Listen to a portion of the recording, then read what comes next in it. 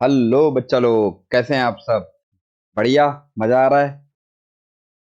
पढ़ते रहें, नोट्स बनाते रहें और चैनल को सब्सक्राइब करें नए हैं तो। और वीडियो को लाइक करें। और वीडियो को जितने ज़्यादा ज़्यादा शेयर करोगे ना, उतना ज़्यादा तुम्हारा फायदा रहेगा। वो फायदा मैं बाद में बताऊंगा, पूरा जब इलेक्ट्रोस्टैटिक्स खत्म हो जाएगा। ठीक है। चलो। अच्छा, लास्ट लेक्चर में हम लोगों ने क्या किया था? क्या कुछ और बात करनी हो तो बताओ। ये बताओगे कैसे? कमेंट में बताना है तुमको। ठीक है। कुछ और बात आप लोगों को करनी हो, कुछ प्रॉब्लम आ रही हो, कुछ भी, कोई भी किसी भी तरीके की कोई भी दिक्कत आ रही हो तो बता देना।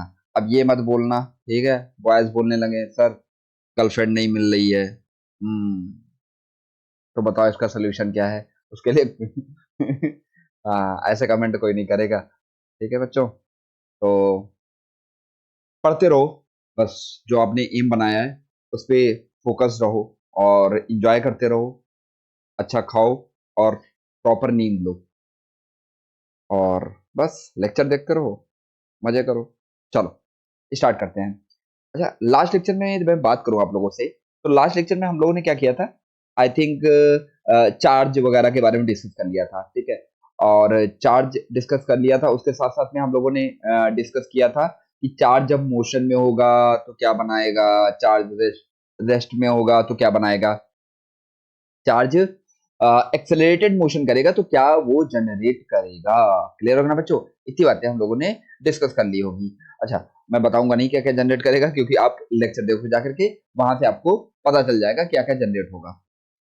उसी में एक इसी में एक नोट पॉइंट करके एक मैं बात करूंगा आप लोगों से। एक नोट पॉइंट करके लिखो, इंडक्शन से रिलेटेड है वो। ठीक है बच्चों।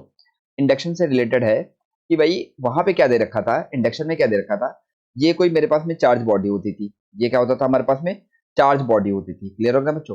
और यहाँ पे क्या रहता था? एक अनचार्ज बॉडी ली जाती थी। क्या लिया जाता था? अनचार्ज। अच्छा, इस पे क्या किया जाएगा? इसको क्या किया जाएगा? इसमें क्या हो जाता था? इसके बॉडी दो तीन स्टेप के बाद में इसमें क्या हो जाता था? ये चार्ज बॉडी हो जाती थी। कैसी? ये चार्ज बॉडी हो जाती थी। क्लियर हो गया बच्चों? ये कैसी बॉडी हो जाती थी? Charge body. मतलब इस पे एक अपोजिट चार्ज, जहां पे पॉजिटिव दे रखा है तो इस पे क्या आ जाएगा? एक नेगेटिव चार्ज आ जाएगा। क्या आ जाएगा? नेगेटिव चार्ज आ जाएगा। तो इसी के बारे में मैं डिस्कस करने वाला। अच्छा, इस बॉडी को क्या हम लोग बोलते हैं? इसको हम लोग बोल देंगे, ठीक है, ये बोला जाएगा इंड्यूसिंग चार्ज। इसको क्या बोलेंगे हम लोग? Inducing charge. क्लियर हो गया बच्चों? Inducing charge. और ये जो हो जाएगा, ये चार्ज जो आया है, इसको हम लोग बोलेंगे इंड्यूस्ड चार्ज। क्या बोलेंगे? Induced charge. क्लियर होगा ना बच्चों? इसको क्या बोलने वाले हैं हम लोग? Induced charge. अच्छा, एक चीज और है भाई। अच्छा, एक बात बताओ। ये बॉडी दे रखी है ना, ये क्या कर रहा है? इसको कह रहा है, पास में बैठा हुआ कह रहा है तुम बदल जाओ, तुम बदल जाओ, तुम बदल जाओ, तुम बदल जाओ। ये कह रहा है। तो ये डिपेंड करेगा ना, ये बदलेगा नहीं बदलेगा और कितना बदलेगा। तो इसकी प्रॉपर्टी को हम लोग बोलते हैं डाइलेक्ट्रिक। क्या बोला जाएगा इसका? डाइलेक्ट्रिक। याद रखना, इस टर्म के बारे में मैं आगे डिस्कस करूंगा आप लोगों से। ठीक है। तो यहाँ पे एक वर्ड लिखूंगा के, तो उसको थोड़ा हैंडल कर लेना आप लोग। इसको हम लोग बोलते हैं डाइलेक्ट्रिक। Dielectric, die electric. इसके बारे में डिटेल में मैं पढ़ाने वाला हूँ, डाइलेक्ट्रिक के बारे में। डाइलेक्ट्रिक की को हम लोग क्या बोलने वाले? Dielectric constant. क्या बोलने वाले हम लोग? Dielectric constant of material, of material, material material of uncharge body, of the uncharge body, uncharged body. Clear हो गया बच्चों? ये दो तीन चीजें आएंगी ना, उसके अंदर हमको ये बात पता करनी है। तो क्वेश्चन आएगा ना मन में कि सर इस पे जो होगा, इस पे कितना चार्ज जनरेट हो जाएगा, उसके लिए कोई फार्मूला वगैरह है? हाँ, एक फार्मूला है। तो उसी चीज को नोट करके लिखना है आप लोगों को। समझो, यहाँ पे क्या करो, नोट करके लिखो। तो नोट करके आप लोगों को क्या लिखना है? समझो, यहाँ पे नोट करके लिखना है इंड्यूस्ड चार्ज। पहली बात तो क्या रहेगा? जो इंड्यूस्ड चार्ज होगा वो कभी भी बड़ा नहीं हो सकता है। किससे? इंड्यूसिंग चार्ज से। क्लियर होगा ना बच्चों? अब इंड्यूसिंग चार्ज, देखो इंड्यूसिंग चार्ज और इंड्यूस्ड चार्ज का मतलब समझ में आ रहा होगा आप लोगों को। क्लियर होगा ना बच्चों? तो ये बात तो समझ में आ रही है। तो यहाँ पे हम लोग क्या बोलने वाले हैं, नोट पॉइंट में आप लोग लिखिए। देखो, आ, अच्छा हाँ, और इसमें थोड़ी सी वॉइस मेरी मतलब सॉरी, क्या बोलेंगे उसको, फॉरवर्ड वो कर लिया करो, थोड़ा सा स्पीड उसकी बढ़ा लिया करो। क्लियर होगा ना बच्चों? यूट्यूब के अंदर वहां पे सेटिंग के अंदर होता है, तो स्पीड थोड़ी इंक्रीज कर लिया करो। मैं थोड़ा बहुत धीमे धीमे बोलता हूँ ना, धीमे नहीं मतलब स्लो स्लो बोलता हूँ। क्लियर होगा ना? तो क्या लिखने वाले हम लोग? Induced induced induced charge induced charge can be lesser or equal to inducing to inducing charge but never greater than never ज्यादा नहीं बन सकता। जो इंड्यूस चार्ज बनने वाला है वो कभी भी ज्यादा नहीं बन सकता है इंड्यूसिंग चार्ज से। क्लियर हो गया बच्चों? Never greater than greater and its maximum value and its maximum value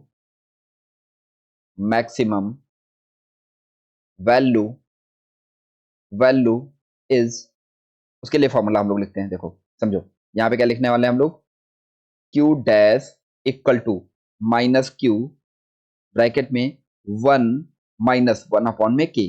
clear ना बच्चों? 1 अपॉन में K। K क्या है? डाइलेक्ट्रिक। याद रखना, मैं आगे डिस्कस करूंगा बहुत अच्छे से। हाँ, टेंशन मत लो, डाइलेक्ट्रिक क्या है, किसके बारे में है, सब कुछ मैं डिटेल में बताने वाला हूँ। अभी थोड़ा सा यहाँ पे आप बस इतना लिख लो। तो यहाँ पे क्या क्या है, वेयर क्यू डैश, ये क्या है क्यू डैश, इसको लिख लो। क्यू डैश हमारे पास में क्या है? Induced charge. ये क्या है हमारे पास में? इंड्यूस्ड, मतलब जो न्यूट्रल बॉडी हमने ली थी ना, उस पर कितना चार्ज जनरेट होने वाला है। अच्छा एक चीज नोटिस करना, तो यहाँ पे माइनस साइन लगाया गया, इसका मतलब है अपोजिट चार्ज जनरेट होगा। यदि ये प्लस में ले रखा होगा, यहाँ पे क्या जनरेट हो जाएगा? माइनस में जनरेट हो जाएगा। और ये माइनस ले रखा हो तो यहाँ पे क्या जनरेट हो जाएगा? प्लस का जनरेट होगा। तो अपोजिट चार्ज जनरेट होगा। दूसरा हमारे पास में क्यू क्या है, यहाँ पे क्यू क्या है, इसको लिख लो। इसको लिखने वाले हैं इंड्यूसिंग चार्ज। इसको क्या लिखने वाले हैं हम लोग? Inducing charge. Inducing charge.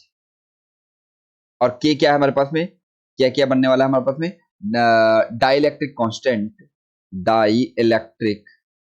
Electric constant dielectric constant of material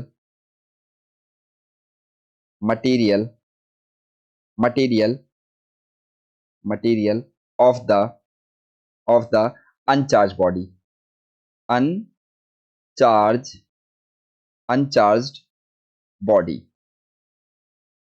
ना बच्चों? अच्छा यहाँ पे इसको ब्रैकेट में क्लोज कर लो, थोड़ा सा सुंदर बना लें हम लोग। ये बहुत इंपॉर्टेंट फॉर्मूला है, ठीक है? ये है इंपॉर्टेंट फॉर्मूला आपके पास में।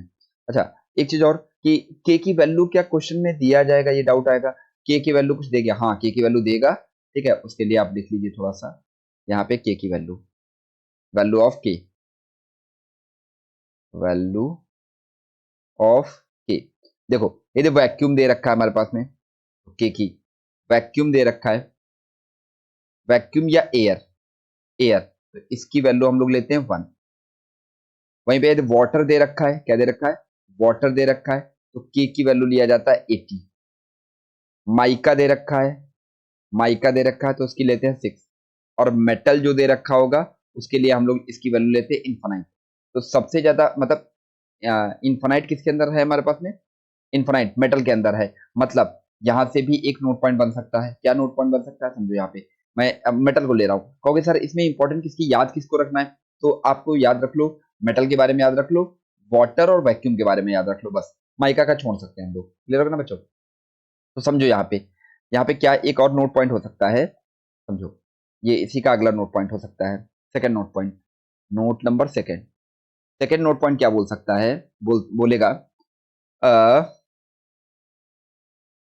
For metal for metals in electrostatic in for metal. के की वैल्यू क्या आएगी हमारे पास में? इन्फानाइट। के की वैल्यू क्या होने वाली? इन्फानाइट। तो क्यू डैश इक्वल टू क्या बनने वाला है? माइनस क्यू 1 माइनस 1 अपॉन में इन्फानाइट। अच्छा आपको पता होना चाहिए 1 अपॉन इन्फानाइट इसकी वैल्यू होगी 0। नहीं जिनको पता वो लोग याद रखो। तो यहाँ से क्या बनने वाला है? Minus Q 1 minus 0। तो यहाँ से क्यू डैश इक्वल टू कितना आएगा? Minus Q. इसका मीनिंग क्या समझे हम लोग? इसका मतलब यही है, यही बात ये बोलना चाह रहा है, metal induced charge metal induced charge, metal induced charge is equal and opposite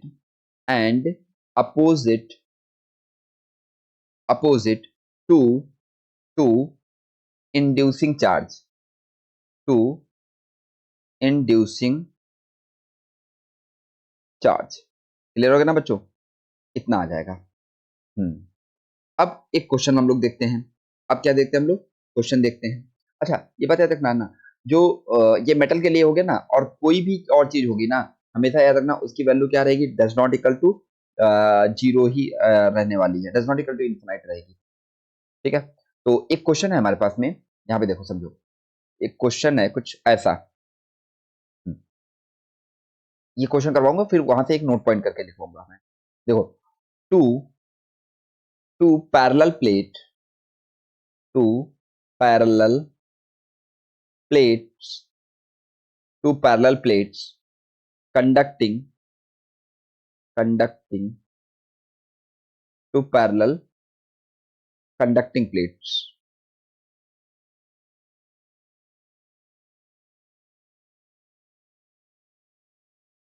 two parallel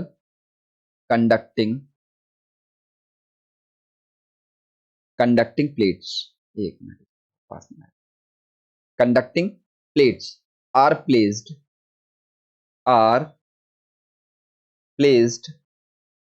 close to each other,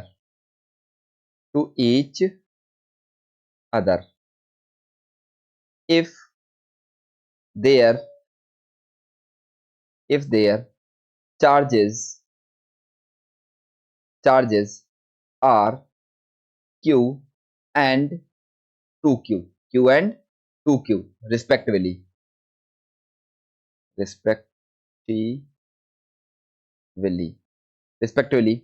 find the induced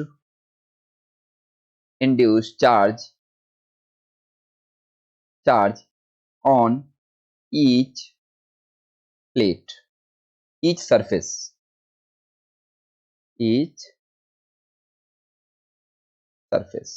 clear हो ना?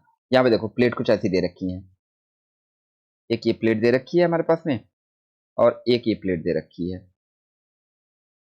ठीक है, ये कुछ डिस्टेंस पे रखी होंगी दोनों एक दूसरे से। इस पे चार्ज दे रखा है Q और इस पे चार्ज दे रखा है 2Q। तुमको बताना है, देखो यहाँ पे कितनी, एक सरफेस ये बननी है, एक सरफेस ये बननी है, एक सरफेस ये बननी है, एक सरफेस ये बननी है। ठीक है, सरफेस के नेम लिखे दे रहा हूँ मैं। ठीक है, ये सरफेस 1 है, इधर वाली सरफेस 1, ये सरफेस 2, ये सरफेस 3, ये सरफेस 4। ये क्या दे रखा है? सरफेस 4। तो इन 4 सरफेसेस पे कितना चार्ज है ये आपको बताना है। क्लियर होगा ना बच्चों? क्या करना है आपको? इस पे कितना चार्ज है ये आपको बताना है। ठीक है, चलो देखो शुरुआत करो, समझो इसको कैसे करने वाले हैं हम लोग। ये तो आपको देखो पहली बात तो क्या होता है यहाँ पे, इसको मैं ऐसे कॉपी कर लेता हूँ,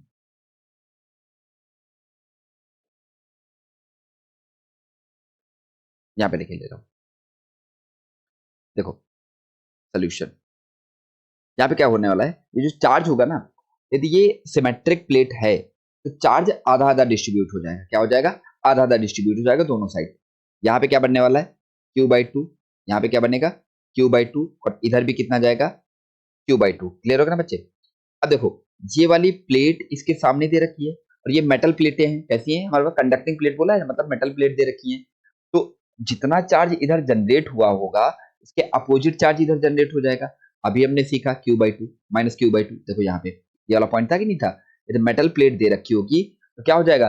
उसके equal and opposite charge generate हो जाएगा। तो इधर कितना दे रखा है? Q/2। तो यहाँ पे कितना जनरेट होगा बच्चे?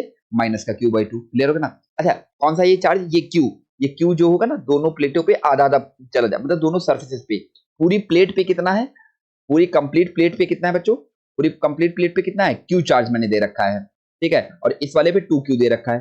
तो समझना यहाँ पे मैंने क्या बोला, जब भी इसको चार्ज दिया जाएगा तो हाफ इधर जाएगा, यदि ये सिमेट्रिक है तो हाफ इधर चला जाएगा। दोनों सरफेस पे चला के नहीं चार्ज। नेक्स्ट हमारे पास में क्या दे रखा है? तो अच्छा अब यहाँ पे क्या होगा? यहाँ पे क्या होगा, इंडक्शन होगा। इंडक्शन में क्या होता है हमारे पास में, equal and opposite charge generate हो जाता है। इस पे Q/2 है तो इस पे माइनस का Q/2 आ जाएगा। क्लियर हो गया ना बच्चों। अब आते हैं हम इस 2Q की, इस बात करते हैं 2Q की। तो समझो यहाँ पे 2Q कितना हो जाएगा, तो इस वाली प्लेट पे कितना आ जाएगा Q, इस वाली प्लेट पे कितना आ जाएगा Q, और इस पे भी कितना आ जाएगा Q। क्लियर हो गया ना बच्चे। अब ध्यान से देखना, समझो ये, और ये तो हमको पता है चार्ज कंजर्व रहता है। क्या रहता है, चार्ज कंजर्व। एक मिनट रुको, पहले इसको Q और माइनस Q बाद में करना। चार्ज कंजर्व रहता है। यहाँ पे यदि माइनस Q आया है तो इसके अपोजिट कितना जनरेट होगा हमारे पास में, प्लस का Q/2। कितना जनरेट हो जाएगा, प्लस का Q/2, क्योंकि चार्ज कंजर्व रहना चाहिए। क्लियर हो गया ना। दूसरा बात हमारे पास में कितना आ जाएगा, अब हम सेकंड पॉइंट करते हैं। यहाँ पे कितना था हमारे पास में 2Q था, तो इधर कितना आ जाएगा Q, और इधर भी कितना आ जाएगा Q। तो अब देखो यहाँ पे इंडक्शन होगा, तो इंडक्शन के थ्रू हमारे पास में यहाँ पे कितना बनने वाला है, माइनस का Q, क्योंकि चार्ज कंजर्व रहना चाहिए। तो इधर भी कितना आ जाएगा, प्लस का Q। क्लियर हो गया ना बच्चे, समझ में आ रहा है कि नहीं आ रहा है। तो ये सारे प्लेट पे अब हमारे पास चार्जेज आ गया। इस सरफेस 1 पे देखो, इस पे देखते हैं हम लोग सरफेस 1। तो सरफेस 1 पे चार्ज कितना है हमारे पास में, Q/2, Q/2। एक सेकंड देखो, यहाँ पे कितना है हमारे पास में Q/2 plus Q/2 plus Q equal to कितना आ जाएगा हमारे पास में 3Q/2। क्लियर होगा ना बच्चे। सेकंड, यदि मैं बात करूं सेकंड सरफेस की, बात करते हैं हम लोग सेकंड सरफेस पे। तो सेकंड सरफेस पे कितना आ जाएगा हमारे पास में Q/2 माइनस Q/2। कितना आएगा, sorry sorry sorry sorry, minus Q तो यहाँ से कितना आ जाएगा, माइनस Q/2। यदि आप ओवरऑल चार्ज देखोगे, मतलब ये क्या है, प्लेट 1, सरफेस 1 और 2 मिला के क्या बना रहा है हमारे पास में, ये प्लेट 1 है और ये प्लेट 2 है। ठीक है, यहाँ पे कर देते हैं 1 2 तो दे ही रखा मैंने। ये प्लेट ए है, ये प्लेट बी है, तो ये दोनों मिला के क्या बना रही है हमारे पास में, प्लेट ए बना रही नहीं बना रही। तो प्लेट ए पे टोटल चार्ज कितना हो जाएगा, इन दोनों को ऐड करोगे कितना 3Q/2 माइनस Q/2, यहाँ से एलसीएम 2 आएगा, 3Q माइनस Q, तो कितना आ जाएगा हमारे पास बच्चों 2Q अपॉन में 2, ये इससे कैंसिल आउट हो जाएगा। कितना आएगा बच्चों, Q आ जाएगा। कितना आएगा, Q आएगा। अच्छा, यहाँ से एक बात पता चली तुम लोगों को, देखो यहाँ पे जो डिस्ट्रीब्यूशन ऑफ द चार्ज है वो तो अलग अलग हो जा रहा है, बट टोटल चार्ज अभी भी उतना ही है, चेंज नहीं हुआ है। क्लियर होगा ना बच्चों, समझ में आएगी, ये नोट पॉइंट बनेगा हमारे पास में। अब सेकेंड ऐसे ही थर्ड वाले पे देखते हैं हम लोग। देखो थर्ड वाले देखो, थर्ड वाला देखो, यहाँ पे कितना है हमारे पास में, यदि थर्ड सरफेस पे देखेंगे तो Q माइनस Q/2, कितना आएगा Q/2, यहाँ से कितना आया Q/2 आ गया। और फोर्थ वाले की मैं बात करूं, किसकी बात करूं, फोर्थ वाले की, तो कितना आएगा हमारे पास में Q प्लस Q/2। कितना आएगा Q प्लस Q/2, यहाँ से क्या बनने वाला है हमारे पास में 3Q/2। क्लियर होगा ना बच्चे।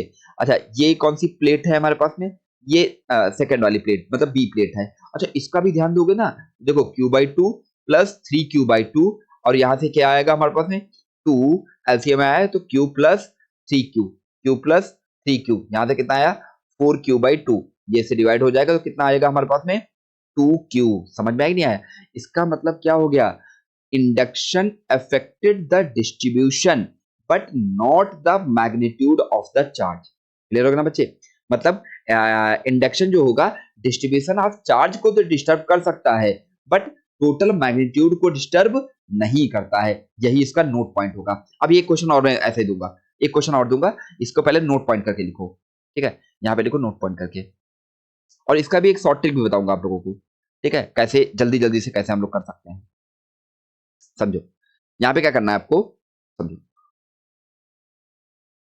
यहाँ पे कितना आ जाएगा हमारे पास, क्या नोट पॉइंट करके लिखेंगे हम लोग, इंडक्शन, यहाँ पे लिखो induction,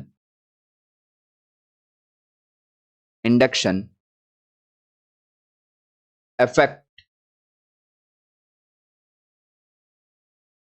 affect the distribution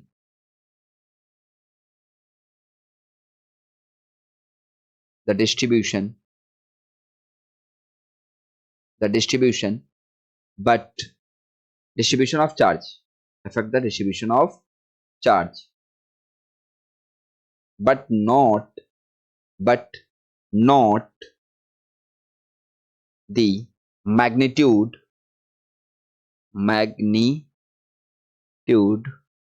magnitude of the charge। Clear हो गया ना बच्चों, ये यहां से क्या बन गया हमारे पास में, एक नोट पॉइंट करके बन गया। अब यहां से देखो, फिर मैं इसी को कॉपी कर लेते हैं अपन।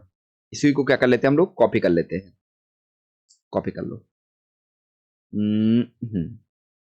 यहाँ पे देखो, इसकी एक शॉर्टकट बता रहा हूँ तुमको, कैसे जल्दी से कैसे किया जा सकता है, समझो। यहाँ पे यदि आप ध्यान से देखोगे, इस वाले इस पे कितना आया था, प्लेट 1 पे कितना आया था चार्ज, इधर वाला कितना है, देखो 3q/2 आया था कि नहीं आया था, और इधर कितना आया हमारे पास में, यहाँ पे भी कितना आया हमारे पास में, 3q/2। क्लियर हो गया ना बच्चे। अब समझो, यहाँ पे कितना है, इस प्लेट पे कितना आएगा हमारे पास में, यहाँ पे कितना आएगा, बोलो। 3q/2 आया था, यहाँ पे देख लेते हैं हम लोग। प्लेट 2 पे कितना आया था, -q/2, कितना है हमारे पास में, -q/2। ओवरऑल, मैं ओवरऑल की बात कर रहा हूँ, मैं ओवरऑल की बात कर रहा हूँ, इसको सम करेंगे ना, इतना -q/2। और यहाँ पे कितना आया था हमारे पास में, +q/2, +q/2। तो समझो इसका रूल क्या होता है, क्या करो, जो टोटल चार्ज दे रखा हो, टोटल जो चार्ज दे रखा है, इसको ऐड करो तो कितना हो जाएगा, q प्लस 2q, कितना आया हमारे पास में, 3q। फिर इसको आधा कर दो, हाफ कर दिया कि नहीं कर दिया, तो जो हाफ कर दिया, तो जो सबसे जो प्लेटें रहेंगी हमारे पास, जितनी भी प्लेटें दे रखी हूँ, मान लेते 7 प्लेट दे रखी है, 8 प्लेट दे, चाहे जितनी भी प्लेटें दे रखी हूँ, आप क्या करोगे, जो सबसे इधर वाली प्लेट होगी ना, लेफ्ट लेफ्ट मोस्ट पे जो आपकी प्लेट होगी ना, उस पे उतना चार्ज लिख दो जाकर 3q/2। और सेकंड, राइट मोस्ट पे, जो सबसे राइट मोस्ट पे होगी, उस पे क्या लिख दोगे जाकर के, 3q/2 चार्ज लिख दोगे जाकर के। क्लियर हो गया बच्चों। कहोगे अब क्या करेंगे उसके बाद में, अब 3q/2 दे रखा है हमारे पास में, 3 में से ये जो चार्ज दे रखा है, q चार्ज दे रखा है, q में से इसको माइनस करते जाओ, q में से माइनस करते जाओ, 3q/2, यहाँ से आएगा कितना, माइनस का q/2। क्लियर हो गया बच्चे, तो यही चार्ज आ रहा है कि नहीं आ रहा है, माइनस इस वाली सेकंड वाली प्लेट पे, सेकंड वाली प्लेट पे -q/2 आ रहा है कि नहीं आ रहा है। अच्छा, ये तो पता ही है, जब इस वाली पूरी प्लेट पे -q/2 आ गया, उसके अपोजिट कितना आएगा, प्लस का q/2 आ जाएगा, कितना आएगा, प्लस का q/2 आ जाएगा। बस ऐसे ही आगे की ओर हमको मूव करते रहना है। क्लियर हो गया ना बच्चों, यहाँ तक समझ में आया या आया कि नहीं आया। चलो, अब हम लोग देखते हैं एक क्वेश्चन मल्टीप्लेट सिस्टम के लिए, आप लोगों के लिए है, जल्दी से करके बताइएगा, ठीक है। देखो क्या है हमारे पास में, मल्टीप्लेट सिस्टम, एक क्वेश्चन है, एग्जाम्पल ही है। क्या कर रहे हैं, एक मिनट बच्चों, इसको मैं हटा दूं। क्या लिखते हैं हम लोग, मल्टीप्लेट सिस्टम, मल्टीप्लेट सिस्टम, ये एग्जाम्पल है, क्वेश्चन है, ऐसा मत समझना कुछ टॉपिक वॉपिक है, ठीक है। तो एक प्लेट यहाँ पे दे रखी है, एक प्लेट यहाँ पे दे रखी है हमारे पास, जल्दी से करना, अब तो मेथड बता दिया मैंने। एक प्लेट यहाँ पे दे रखी है, और एक प्लेट यहाँ पे दे रखी है, इन पे चार्जेस मैं लिखे दे रहा हूँ। यहाँ पे दे रखा है +2 कूलाम, यहाँ पे चार्ज दे रखा है -7 कूलाम, यहाँ पे दे रखा है +10 कूलाम, +10 कूलाम, और यहाँ पे दे रखा है +9 कूलाम। तो आपको बताना है सारी सरफेसिस पे, मतलब surface 1, surface 2, surface 3, surface 4, surface 5, surface 6, surface 7 और सरफेस 8, इन पे चार्जेस क्या क्या होंगे। क्लियर हो गया ना बच्चों। तो देखो मैं कितनी जल्दी करता हूँ, समझना है यहाँ पे, आप लोग पॉज करके सॉल्व करो जल्दी से, नहीं सॉल्व करो तो देखो, देखो क्या करना है, पहले सारे चार्जेस को ऐड करो, सारे चार्जेस को ऐड करोगे तो कितना आ जाएगा, 2, यहाँ से कितना आएगा हमारे पास में, 2 -7 कितना आएगा हमारे पास, -5, और इसको इसमें ऐड करेंगे तो कितना आ जाएगा हमारे पास में, +5, और +5 9 कितना हो जाएगा, 17, कितना आएगा हमारे पास, सॉरी 14, कितना आएगा हमारे पास में, 14, कितना आया हमारे पास, 14 कूलाम। ये टोटल चार्ज आ गया सारे प्लेटों पे, तो इसका आधा कर दो, कितना आ जाएगा, 7, कितना आने वाला है, 7 कूलाम। तो मैंने क्या बोला था, प्लस का 7 आ रहा है, तो प्लस का 7 इस वाली प्लेट पे लिख दो, और प्लस का 7 इधर वाली प्लेट पे लिख दो। लिख दिया नहीं लिख दिया।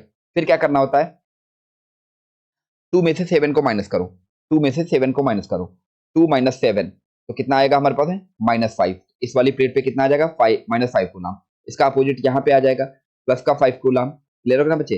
तो 5 में से इसको माइनस करना है, 5 में से इसको माइनस करना है, समझना। यहाँ पे देखो, यहाँ पे क्या करेंगे हम लोग, -7 -5, तो कितना आने वाला है हमारे पास, माइनस। तो जो प्लेट पे चार्ज रहेगा उसमें से इसको माइनस करना है। क्लियर हो गया ना बच्चों। प्लेट पे जो चार्ज रहेगा इस पे चार्ज आएगा। अच्छा, ये -7 कैसे, -5 कैसे लिख दिया, क्योंकि ये प्लेट पे -7 -5 दे रखा है ना, तो इसके अपोजिट वाले पे क्या, सॉरी इस पे कितना आने वाला है हमारे पास में, पॉजिटिव का आने वाला है कि नहीं आना है, आने वाला है, क्योंकि इंडक्शन क्या होता है, ठीक है, फ्रंट की साइड में होता है। कैसे होता है, जो फ्रंट में रखा होगा उसी पे होगा हमारे पास में। क्लियर होगा ना बच्चे। तो अब इससे इसको माइनस करेंगे कितना आएगा, -7 -5 माइनस का 12, यहाँ पे माइनस का 12 कूलम आ जाएगा, इस पे कितना आने वाला है, प्लस का 12 कूलम। ठीक है, फिर क्या करेंगे हम लोग, 10 माइनस 12 कूलम, क्या करने वाले हैं हम लोग, 10 माइनस 12 कूलम, तो कितना आएगा, माइनस का 2, तो इस पे कितना आने वाला, माइनस का 2, यहाँ पे कितना आएगा हमारे पास में, प्लस का 2। अब ध्यान से देखो, 9 माइनस 2 करोगे तो देखो 7 ही आएगा, कितना आएगा, 7 है, और 7 हमने पहले लिख दिया है। क्लियर होगा ना बच्चों, समझ में आया कि नहीं आया, आ गया होगा आई थिंक समझ में। चलो अब एक क्वेश्चन आप लोगों को घर के दे दे रहा हूँ होमवर्क। ठीक है, क्वेश्चन देखो क्या है, क्वेश्चन है 4 प्लेटें हैं हमारे पास में, एक ये दे रखा है ना बच्चों, तो यहाँ पे दे रखा है हमारे पास में इस पे माइनस का 2 कूलम चार्ज दे रखा है पूरी प्लेट पे, इस पे +7 कूलम दे रखा है, इस पे +3 कूलम दे रखा है, यहाँ पे -8 कूलम दे रखा है। तो तुमको बताना है सरफेस 1 पे चार्ज कितना होगा, सरफेस 2 पे चार्ज कितना होगा, सरफेस 3 पे चार्ज कितना होगा, सरफेस 4 पे चार्ज कितना होगा, सरफेस 5 पे चार्ज कितना होगा। एक सेकंड, मैंने तो छोड़ ही दिया बहुत सारी चीजें।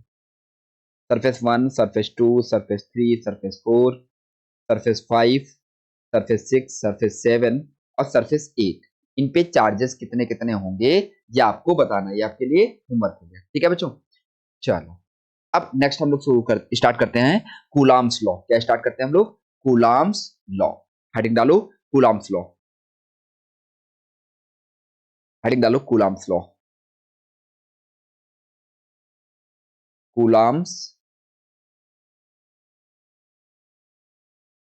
Coulombs law. देखो कूलाम्स, एक्चुअली में कूलाम्स लॉ ने क्या बताया ना, जब इन्होंने चार्जेस लिए तो चार्जेस क्या कर रहे थे, एक दूसरे को अट्रैक्ट कर रहे थे, एक दूसरे को रिपेल कर रहे थे।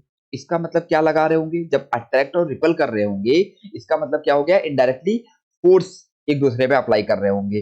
तो इन्होंने कूलाम ने क्या बताया कि इनके चार्जेस के बीच में रिपल्सन या अट्रैक्शन की वजह से जो फोर्स लग रहा है उसके बारे में इन्होंने इंफॉर्मेशन दी। तो इन्होंने बताया क्या, समझो, according to the Coulomb's law, according to according according to the Coulomb's law, पहले लिख लेते हैं फिर समझाता हूँ डिटेल में। Coulomb's law, Coulomb, according to the Coulomb law, the electrostatic force, the electrostatic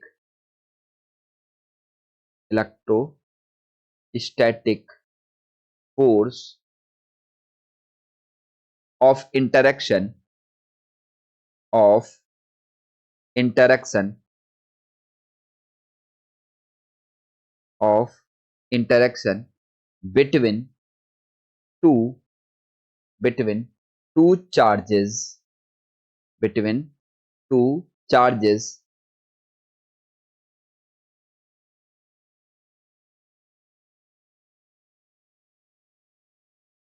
two charges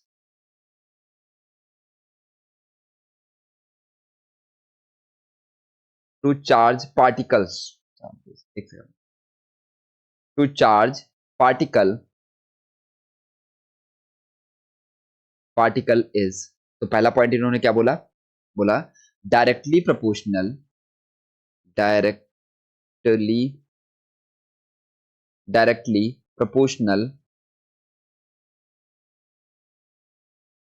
directly proportional to to product to product of the magnitude of charges, magnitude magnitude magnitude of the charges of the charges। Second point इन्होंने क्या बोला, inversely proportional, inversely proportional, inversely proportional, inversely proportional to square of the distance between them, of the distance between them। ठीक है, अब ये क्या बोला क्या इन्होंने, इसके बारे में मैं बताता हूँ आपको। जैसे देखो यहाँ पे 2 चार्जेस दे रखे हैं। एक चार्ज यहाँ पे दे रखा है, ठीक है? एक चार्ज ये दे रखा है हमारे पास में Q1 और पॉजिटिव का मैं ले लेता हूँ, ठीक है? और यहाँ पे क्या ले लेते हैं Q2। अब देखो इनके बीच में कोई ना कोई डिस्टेंस है। क्या है? कोई ना कोई डिस्टेंस है जिसको हमने माना R। क्लियर हो ना बच्चे? अच्छा दोनों पॉजिटिव के ही हैं। कैसे चार्ज हैं दोनों? दोनों पॉजिटिव के चार्ज हैं। क्लियर हो ना बच्चों? तो ये दोनों क्या करेंगे? रिपेल करेंगे। याद रखना इसी यहाँ पे जो पॉजिटिव पॉजिटिव चार्ज होते हैं वो एक दूसरे को क्या करते हैं? रिपेल करते हैं। उस पे लगने वाला फोर्स कहीं इधर की ओर होगा और इस पे लगने वाला फोर्स कितनी इधर की ओर होगा। ठीक है? तो इसको इस फोर्स का नाम भी दिया जाता है। ठीक है? मैं अभी बस फोर्स के बारे में बोल रहा हूँ। एफ फोर्स लग रहा है। ठीक है? वेक्टर फॉर्म में तो आपको बताया जाएगा प्रॉपर। एफ ये दोनों पे एफ फोर्स लगेगा और दोनों पे इक्वल फोर्स लगेगा। क्या लगेगा? दोनों पे इक्वल फोर्स लगेगा। क्लियर हो गया ना बच्चों? तो ये बात बोली इन्होंने, पहले पॉइंट में इन्होंने बोल दिया एफ एफ। अच्छा इसका नाम भी दे देते हैं। किस पे लग रहा है? टू पे लग रहा है। किसकी वजह से लग रहा है? वन की वजह से लग रहा है। तो क्या बोलेंगे? F21। क्या बोलेंगे? F21। तो और यहाँ पे क्या बोल रहा है? किस पे लग रहा है? वन पे फोर्स लग रहा है। किसकी वजह से लग रहा है? दो की वजह से। क्या बोलेंगे? F21।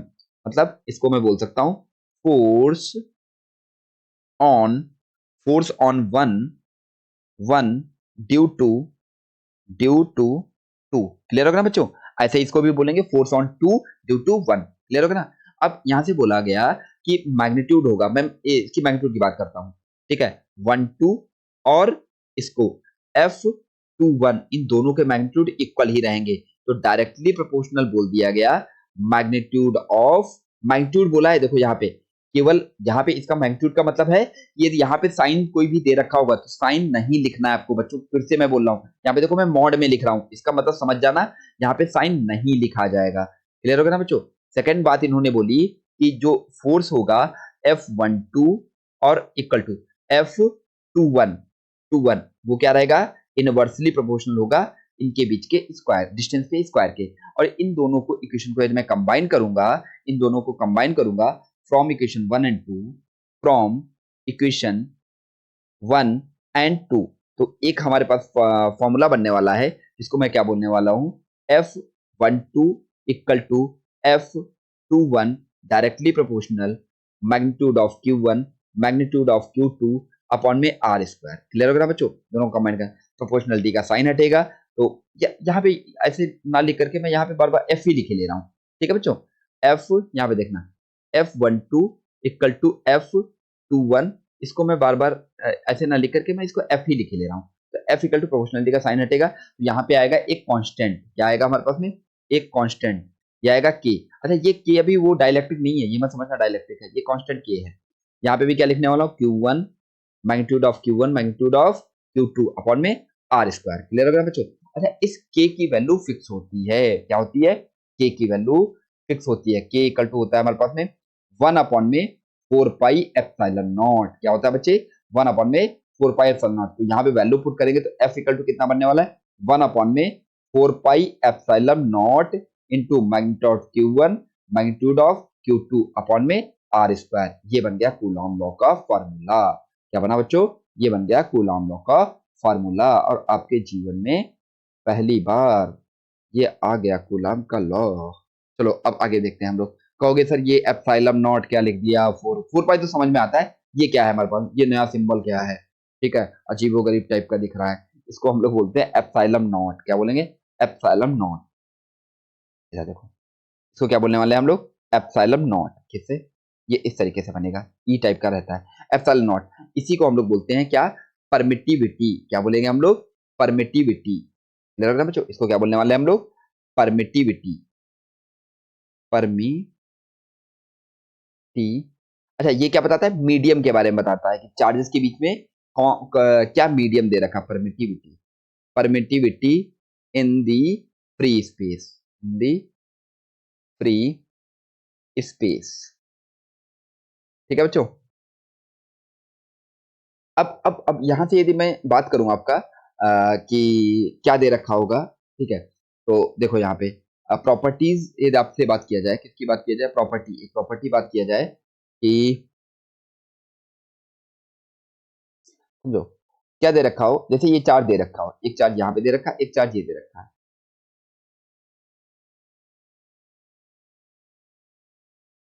एक मिनट देखना। हाँ, एक चार्ज ये दे रखा है, यहाँ पे दे रखा है प्लस का, ये क्या दे रखा है, पॉजिटिव का चार्ज दे रखा है, और ये भी पॉजिटिव का चार्ज दे रखा है। तो ये दोनों क्या करेंगे, एक दूसरे को रिपेल करेंगे। क्या करेंगे, करने वाले हैं, रिपेल करने वाले हैं। ठीक है। अच्छा, ऐसे क्या हो सकता है, ये नेगेटिव नेगेटिव का भी तो हो सकता है हमारे पास में। क्या हो सकता है बच्चे, नेगेटिव का भी तो हो सकता था। तो नेगेटिव होगा तब भी क्या करेंगे, एक दूसरे को रिपेल ही करेंगे। क्या होने वाले हैं, ये नेगेटिव का होगा, दोनों नेगेटिव के होंगे तब भी क्या करेंगे, एक दूसरे को रिपेल ही करेंगे। मतलब लाइक चार्जेस, यहां से क्या हम लोग लिख सकते हैं, like charges, like charge always, always repel, repel each other, each other. अच्छा, क्वेश्चन आएगा कि मान लीजिए अपोजिट हो गए तो, अपोजिट हो गए तो क्या बनने वाला है, तब के लिए देख लो।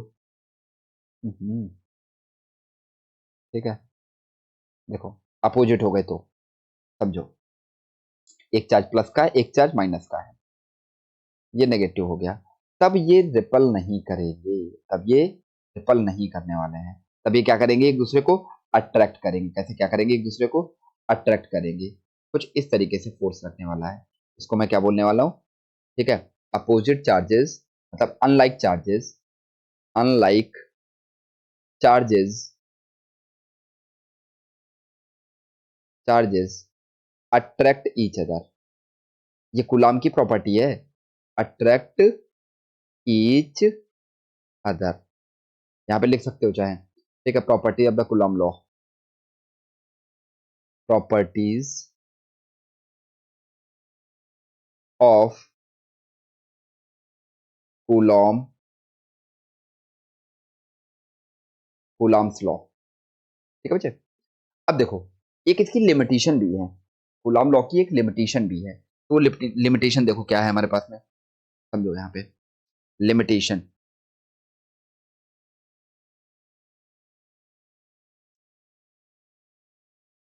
लिमिटेशन। ठीक है, तो लिमिटेशन क्या है हमारे पास में, ठीक है, applicable for point charge, only applicable for point charge. ठीक है, अप्लीकेबल, अप्लीकेबल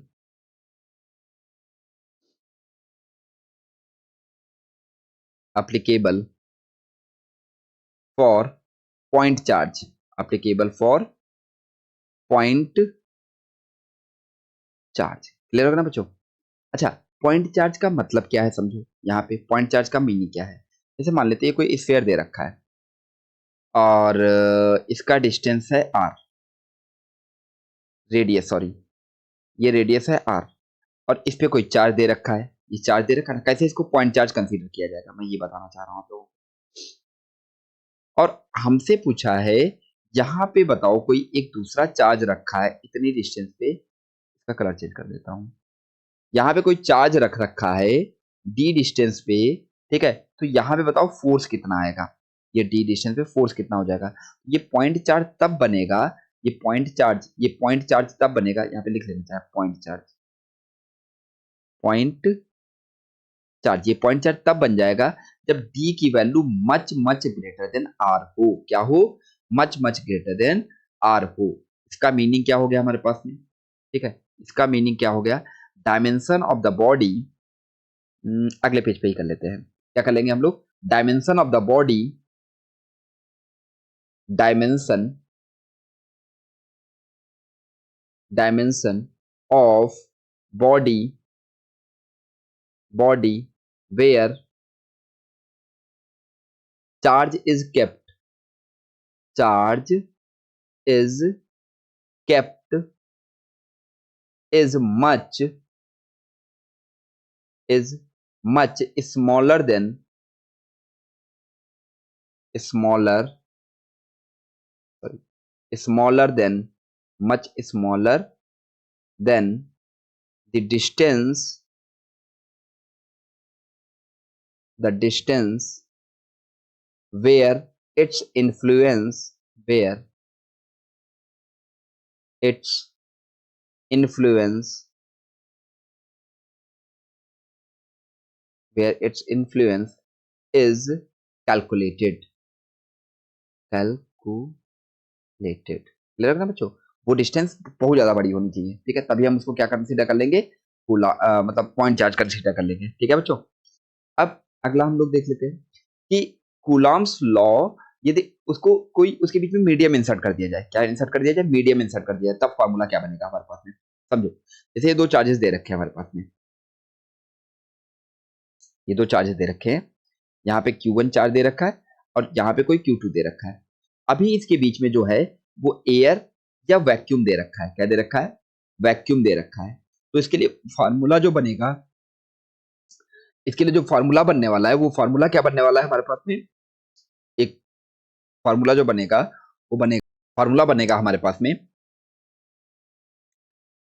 जो फार्मूला बनने वाला है F equal to 1/4 pi epsilon naught into, यहाँ पे विद साइन आपको नहीं लिखने हैं, विद साइन आपको नहीं लिखने, मैं बार बार बोल रहा हूँ। Q1 Q2 मतलब प्लस माइनस होगा तो आपको उसको प्लस में ही लिखना है, आर स्क्वायर, इनके बीच का डिस्टेंस है आर दे रखा हो। ऐसा भी तो हो सकता है इनके बीच में कोई मीडियम इंसर्ट कर दिया जाए, क्या इंसर्ट कर दिया जाए, मतलब दोनों चार्जेस को ले गए और आपने क्या किया, घर की बाल्टी दे रखी थी, पानी दे रखा था उसके अंदर डाल दिया जा करके कि अब हम टेस्ट करते हैं, अब बताओ कितना फोर्स लगेगा। तुमने क्या किया, ये दोनों चार्जेस दे रखे थे ना, डिस्टेंस अभी भी वही है, डिस्टेंस आपने वही रखी और दोनों चार्जेस को ले जा करके इनके बीच में कोई मीडियम इंसर्ट कर दिया, यहाँ पे इसके बीच में क्या कर दिया, कोई मीडियम इंसर्ट। मीडियम समझ में आ रहा है नहीं आ रहा है, कि कोई मीडियम होगा हमारे पास, यहाँ पे क्या होगा, मीडियम, वाटर होगा, लिक्विड होगा, कुछ भी दुनिया भर की कोई भी चीज इसके अंदर इंसर्ट कर दो, कूड़ा कचरा, ठीक है, गली का जो भी कुछ दुनिया भर की चीजें हो सब इसके अंदर इंसर्ट कर दो, क्लियर हो ना। तो वही किसकी तरीके से काम करेगा, वर्क करेगा, मीडियम की तरीके से वर्क करेगा। मैंने क्या किया, मीडियम इंसर्ट किया। जब भी कभी भी आप मीडियम इंसर्ट करोगे क्या बन जाएगा, पहले यहाँ पे क्या था हमारे पास में, इसके मीडियम के लिए डिफाइन करने के लिए एप्सिलॉन नॉट था, बट अब मीडियम के लिए क्या आ जाएगा, एप्सिलॉन एम आ जाएगा। क्या आ जाएगा बच्चे, एप्सिलॉन एम। समझ में आ रही नहीं यार, मतलब परमिटिविटी ऑफ द मीडियम क्या हो जाएगा हमारे पास में, परमिटिविटी ऑफ द मीडियम। ये इसको मैं क्या बोलने वाला हूँ, यहाँ पे ये क्या लिखा हुआ है हमारे पास में, एप्सिलॉन क्या बता रहा है हमारे पास, एप्सिलॉन क्या बताता है, प्रॉपर्टी ऑफ द मीडियम। इसके बारे में बताता है एप्सिलॉन, क्या बताता है, property of medium, property of a medium, clear होगा बच्चों। और एप्सिलॉन एम क्या है यहाँ पे, परमिटिविटी ऑफ द मीडियम। ये क्या हमारे पास एप्सिलॉन है, ये परमिटिविटी ऑफ द किसकी थी, एयर या वैक्यूम की थी, और यहाँ पे क्या दे रखा है, परमिटिविटी ऑफ द मीडियम। ये क्या दे रखा है, permittivity, permittivity, permittivity, permittivity of a medium, of a medium. और अब एक चीज और आएगा यहाँ पे समझो, जो एप्सिलॉन एम होता है, एप्सिलॉन एम को जो लिखा जाता है इसको ऐसे लिखा जाता है, समझो, epsilon M equal to, epsilon M equal to epsilon naught into epsilon R. अब कहोगे ये नई चीज क्या आ गई, एप्सिलॉन आर क्या आ गया हमारे पास में, इसको हम लोग बोलते हैं रिलेटिव परमिटिविटी। मतलब एप्सिलॉन आर इक्वल टू हो जाएगा एप्सिलॉन एम, क्या बोलेंगे हम लोग, एप्सिलॉन, एप्सिलॉन एम अपॉन में एप्सिलॉन नॉट। मतलब ऑब्वियसली बात है, मीडियम, मीडियम की परमिटिविटी और फ्री स्पेस की परमिटिविटी के रिस्पेक्ट में वो कितना गुना है, क्लियर होगा ना बच्चे, कितने टाइम्स है, क्लियर होगा ना, उसी के बारे में इंफॉर्मेशन देता है रिलेटिव परमिटिविटी। तो एप्सिलॉन आर यहाँ पे क्या है हमारे पास में, परमिटिविटी, रिलेटिव परमिटिविटी, तो क्या बोल रहे हैं हम लोग वाले बोलने वाले रिलेटिव, रिलेटिव परमिटिविटी,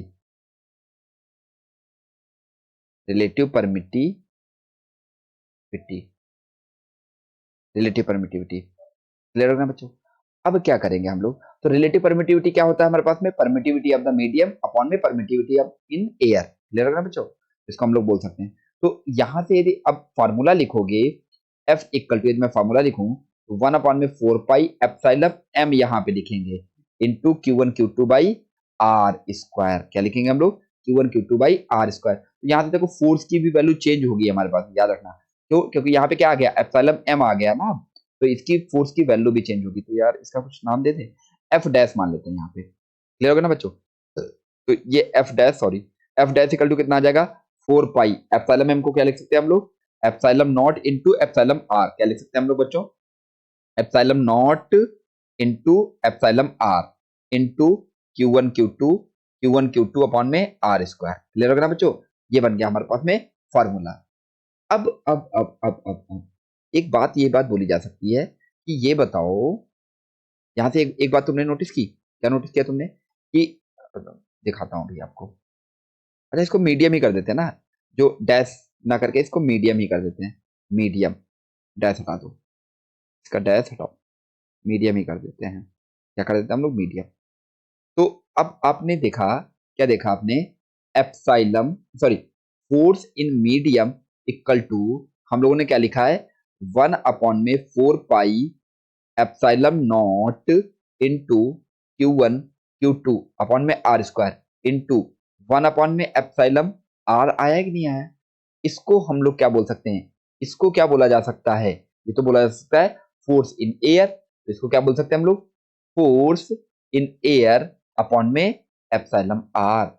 ये क्या बन गया, force in medium, force in medium equal to force in air upon में एप्सिलॉन आर। मतलब मीडियम के इंसर्ट करने पे फोर्स हमेशा क्या होगा, क्योंकि डिनोमिनेटर में आ रहा है ना एप्सिलॉन आर, तो इसलिए ये डिक्रीज करेगा, क्या करेगा, ऑलवेज भी डिक्रीज। मीडियम के इंसर्ट करने पे फोर्स क्या हो जाएगा हमारे पास में, डिक्रीज हो जाएगा, ठीक है बच्चों। यही जो रिलेटिव परमिटिविटी आई थी हमारे पास में, क्या, एप्सिलॉन आर, क्या आया था हमारे पास में, एप्सिलॉन आर, इसको हम लोग क्या बोल देंगे, रिलेटिव परमिटिविटी, क्या बोलने वाले हैं, रिलेटिव परमिटिविटी। अच्छा, इसी रिलेटिव परमिटिविटी को हम लोग बोलते हैं क्या, रिलेटिव परमिटिविटी। इसको एक चीज और बोला जाता है, या इसको बोलते हैं हम लोग डाइइलेक्ट्रिक कांस्टेंट, क्या बोला जाएगा, डाइइलेक्ट्रिक, डाइइलेक्ट्रिक, मैंने बोला था ना आपको डिटेल में पढ़ाऊंगा, डाई इलेक्ट्रिक कांस्टेंट। और ये सब किसके बारे में बता रहा है, ठीक है, किसके बारे में बता रहा है हमारे पास में, मीडियम के बारे में। अच्छा, इसको हम लोग के भी बोल सकते हैं, इसको या के बोला जाता है, क्लियर होगा ना बच्चों, इसको क्या बोल सकते हैं हम लोग, के भी बोला जा सकता है, क्लियर होगा ना बच्चों, समझ में आएगी नहीं आया। अच्छा, अब ऐसा भी हो सकता है कि बताओ डायमेंशनल फॉर्मूला बता दो किसका, एप्सिलॉन नॉट का, डायमेंशनल फॉर्मूला पूछ दे हमसे, तो समझो यहाँ पे डायमेंशनल फॉर्मूला तो आता है ना आप लोगों को अच्छे से। देखो, dimensional formula of, dimensional formula, formula of epsilon not, clear हो ना। तो एफ इक्वल टू हमने क्या लिखा, 1/4 pi epsilon naught into Q1 Q2 upon में आर स्क्वायर। पहले एप्सिलॉन नॉट निकाल लेते हैं, यहाँ से कितना आएगा, एप्सिलॉन नॉट इक्वल टू कितना आएगा, 1/4 pi F into Q1 Q2 upon में आर स्क्वायर, क्लियर होगा ना बच्चों। अच्छा, ये तो पता ही है, इसका डायमेंशनल फॉर्मूला लिखेंगे तो कितना आने वाला है हमारे पास में, 1/4 पाई का तो कुछ होता नहीं है हमारे पास में, बट फोर्स का कितना होता है, MLT-2, याद आ रहा है कि नहीं याद आ रहा है, MLT-2, MLT-2, क्लियर होगा ना बच्चों। और चार्ज की क्या होती है हमारे पास में, AT, चार्ज की क्या होती है, AT, यहां से भी क्या आएगा, AT अपॉन में डिस्टेंस दे रखा है, R डिस्टेंस होता है, तो इसको हम लोग क्या लिखते हैं, L। जब इन सब चीजों को कैलकुलेट करेंगे तो क्या बनने वाला है, एप्सिलॉन नॉट का डायमेंशन क्या बनने वाला है बच्चों, ये पावर ऊपर जाएगी तो M-1, L 2 बार हो जाएगा तो L, 1 2, 1 सेकेंड,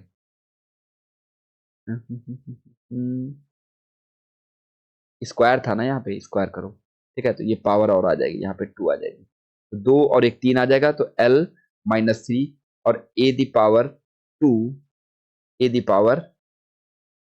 2,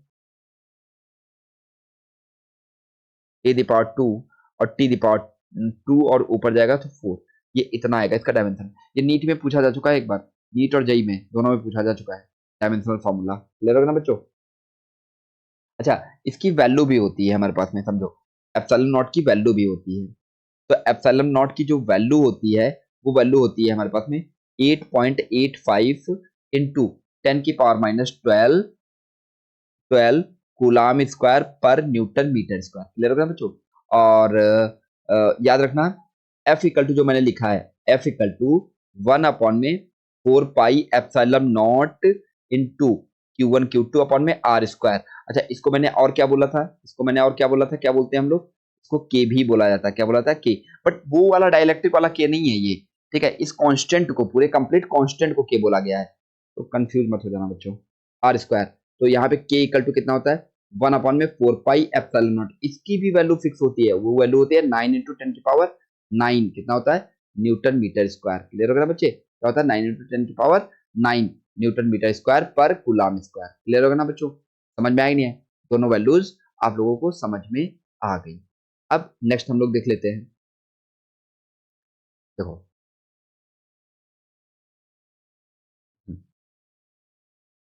यहाँ पे समझो, एक क्वेश्चन है। क्वेश्चन क्या दे रखा है हमारे पास में, क्वेश्चन है,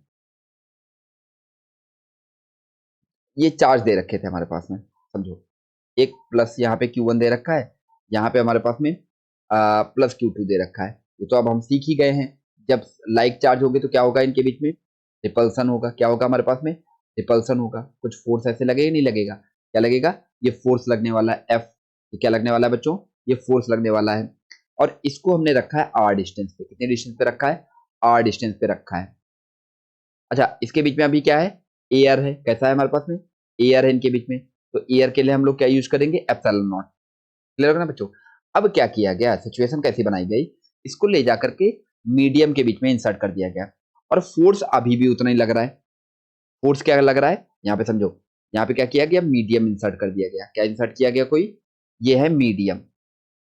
जब हम मीडियम इंसर्ट कर देंगे तो इस पे क्या लगने वाला है, कोई फोर्स जो लग रहा होगा। चार्जेस भी वही रखे हमने, उसने बोल दिया फोर्स सेम है, फोर्स अभी भी उतना ही है, एफ फोर्स अभी भी लग रहा है, चार्जेस भी वही हैं, चार्जेस भी वही हैं, बट इनके बीच का जो डिस्टेंस होगा, इनके बीच का जो डिस्टेंस होगा वो चेंज हो गया है। इसको मैं बोलूंगा आर मीडियम। क्लियर होगा ना। तो इसी के बारे में पूछा गया है, तो बोला है इसने, find find R medium so that that coulombic force, so that coulombic force, coulombic force does not change. Clear होगा ना बच्चे। तो यहाँ पे कितना बन जाएगा हमारे पास में, समझो, तो फोर्स चेंज नहीं हो रहा है, इसका मतलब एफ एयर इक्वल टू क्या लिखेंगे हम लोग, एफ मीडियम लिखने वाले हैं, यही तो लिखने वाले हैं हम लोग। एफ एयर इक्वल टू कितना आने वाला है, 1 अपॉन में 4 pi epsilon naught into Q1 Q2 upon में आर स्क्वायर। यहाँ से क्या लिखने वाले हैं हम लोग, 1 अपॉन में 4 pi epsilon naught epsilon R into Q1 Q2 upon में आर स्क्वायर। आर स्क्वायर नहीं, यहाँ पे आर मीडियम का स्क्वायर आएगा, नहीं आएगा, तो ये इससे कैंसिल आउट हो जाएगा। 1/4 पाई नॉट 1/4 पाई नॉट इससे कैंसिल आउट हो जाएगा। तो 1 अपॉन में आर स्क्वायर इक्वल टू कितना आ जाएगा हमारे पास में, 1 अपॉन में epsilon are into epsilon medium का होल स्क्वायर। क्लियर होगा ना बच्चों। और जब इसका क्रॉस मल्टीप्लाई करेंगे हम लोग, क्या मल्टीप्लाई करेंगे, क्रॉस मल्टीप्लाई करेंगे, तो देखो समझो क्या बनेगा यहाँ से, epsilon R medium square equal to R square, और ये आर कौन सा है, ये एयर वाला है, ठीक है बच्चों। तो यहां से क्या बनने वाला है, एयर के लिए क्या आ जाएगा, आर एयर इक्वल टू कितना बनने वाला है, ये रूट उधर आएगा तो कितना आ जाएगा, रूट एप्सिलम एम, और कितना आ जाएगा, आर मीडियम। ये एक इंपॉर्टेंट रिजल्ट आ गया, ये क्या आ गया, ठीक है, मीडियम वाले को एयर में कैसे कन्वर्ट किया जाएगा। क्लियर होगा ना बच्चों, कैसे एयर वाले में कैसे कन्वर्ट किया जाएगा, समझ में आया कि नहीं है। चलो देखते हैं, क्वेश्चन करते हैं हम लोग ऐसे ही, इसी भी बेस्ड, ठीक है।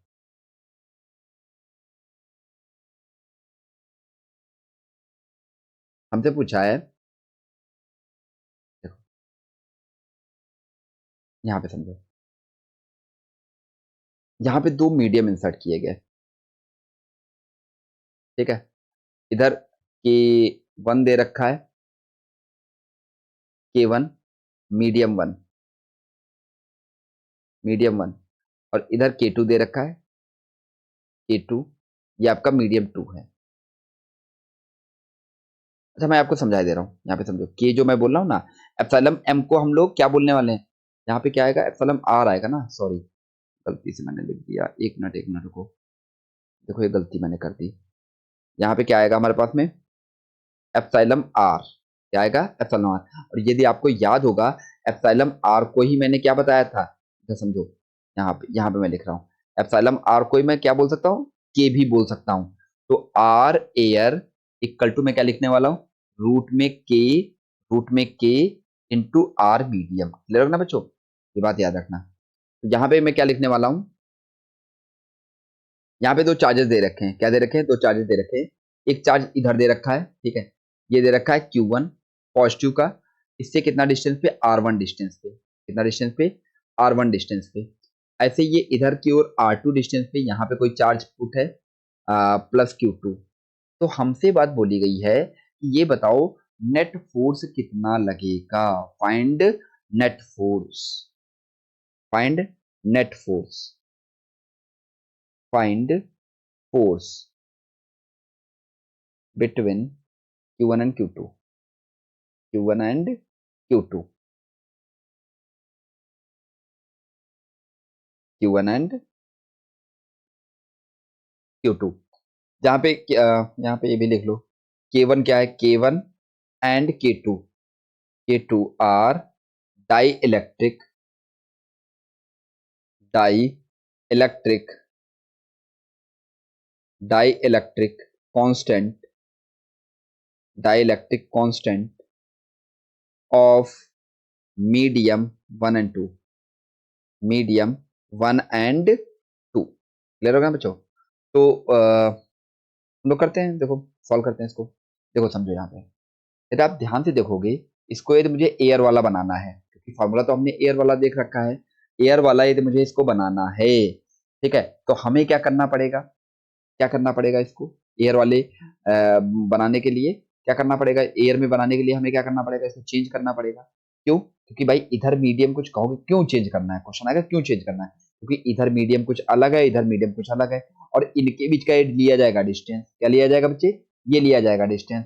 तो हम लोग डिस्टेंस तो ऐसे ले ही नहीं सकते, क्यों, क्योंकि दोनों तरफ मीडियम अलग अलग हो जाएगा। बट इसको क्या कर ले, इसीलिए हमको क्या करेंगे, दोनों साइड क्या बना लेंगे, आर एयर वाला बना लेंगे, हम लोग क्या बनाएंगे, आर एयर वाला बना लेंगे, तो हमारे पास आंसर इजिली आ जाएगा। समझ में आएगी नहीं है बच्चों, क्यों हमको एयर वाला बनाना है। तो उसके लिए फॉर्मूला क्या होता है, मैंने ये बात बताई रखी है आपको, R air equal to root में के आर मीडियम। क्लियर है ना बच्चों। तो बस अब स्टार्ट कर देते हैं हम लोग। देखो देखो क्या लिखने वाले हैं हम लोग, यहाँ पे चार्ज Q1 आ जाएगा, ये Q1 है ना, तो यहाँ पे कोई पॉइंट, ये इतनी डिस्टेंस पे R1 दे रखा था, तो इसके लिए यदि मैं लिखूं, ठीक है, R1 की वैल्यू लिखूं, तो R1 इक्वल टू के लिए मैं क्या लिखने वाला हूँ, एयर के लिए, तो वो आएगा रूट में K1 इंटू R1। यही तो आएगा नहीं आएगा भाई, ये क्या आ गया हमारे पास में, are air, R1 air, R1 air, ठीक है बच्चे। अब दूसरा हमारे पास में क्या दे रखा है, यहाँ से कितना दे रखा है, आ, आ, ये दे रखा है हमारे पास में क्या, यहाँ पे दे रखा है Q2, Q2, ठीक है, तो इसकी वैल्यू कितनी आ जाएगी, रूट में K2 R2, ये कितना आ जाएगा, R2 एयर, कितना आ जाएगा हमारे पास में, R2 एयर। अब देखो यहाँ पे भी एयर आ गया, यहाँ पे भी एयर हो गया, तो टोटल डिस्टेंस कितना हो जाएगा, R1 air plus R2 air, ये टोटल डिस्टेंस आ जाएगी हमारे पास में। तो फॉर्मूला लिख देते हैं, F इक्वल टू क्या बनने वाला है हमारे पास में, 1/4 pi epsilon naught into, क्या लिखने वाले हैं, Q1 Q2 अपॉन में आर स्क्वायर, क्या होता था हमारे पास में, आर स्क्वायर। तो यहाँ पे क्या लिखने वाला हूँ, रूट में K1 R1 प्लस रूट में K2 R2 होल स्क्वायर, क्या बनने वाला है, रूट में K2 R2 होल स्क्वायर। इतना आ गया हमारे पास में फोर्स। क्लियर हो ना बच्चों, समझ में आई नहीं है। चलो एक और क्वेश्चन करते हैं हम लोग, समझो यहाँ पे,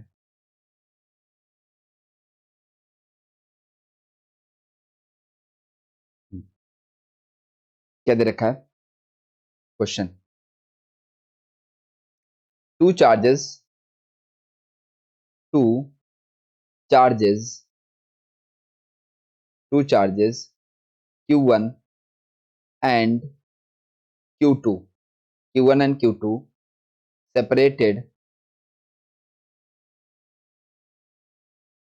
q1 and q2 separated by distance by distance r by distance r have force F if the same charges are kept in a medium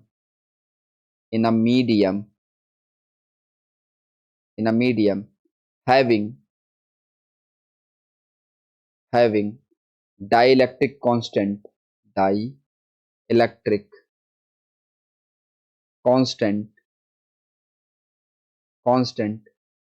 k equal to 4, then force between them become 3F and separation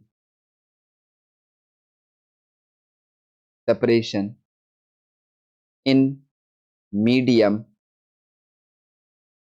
is R. Then find the relation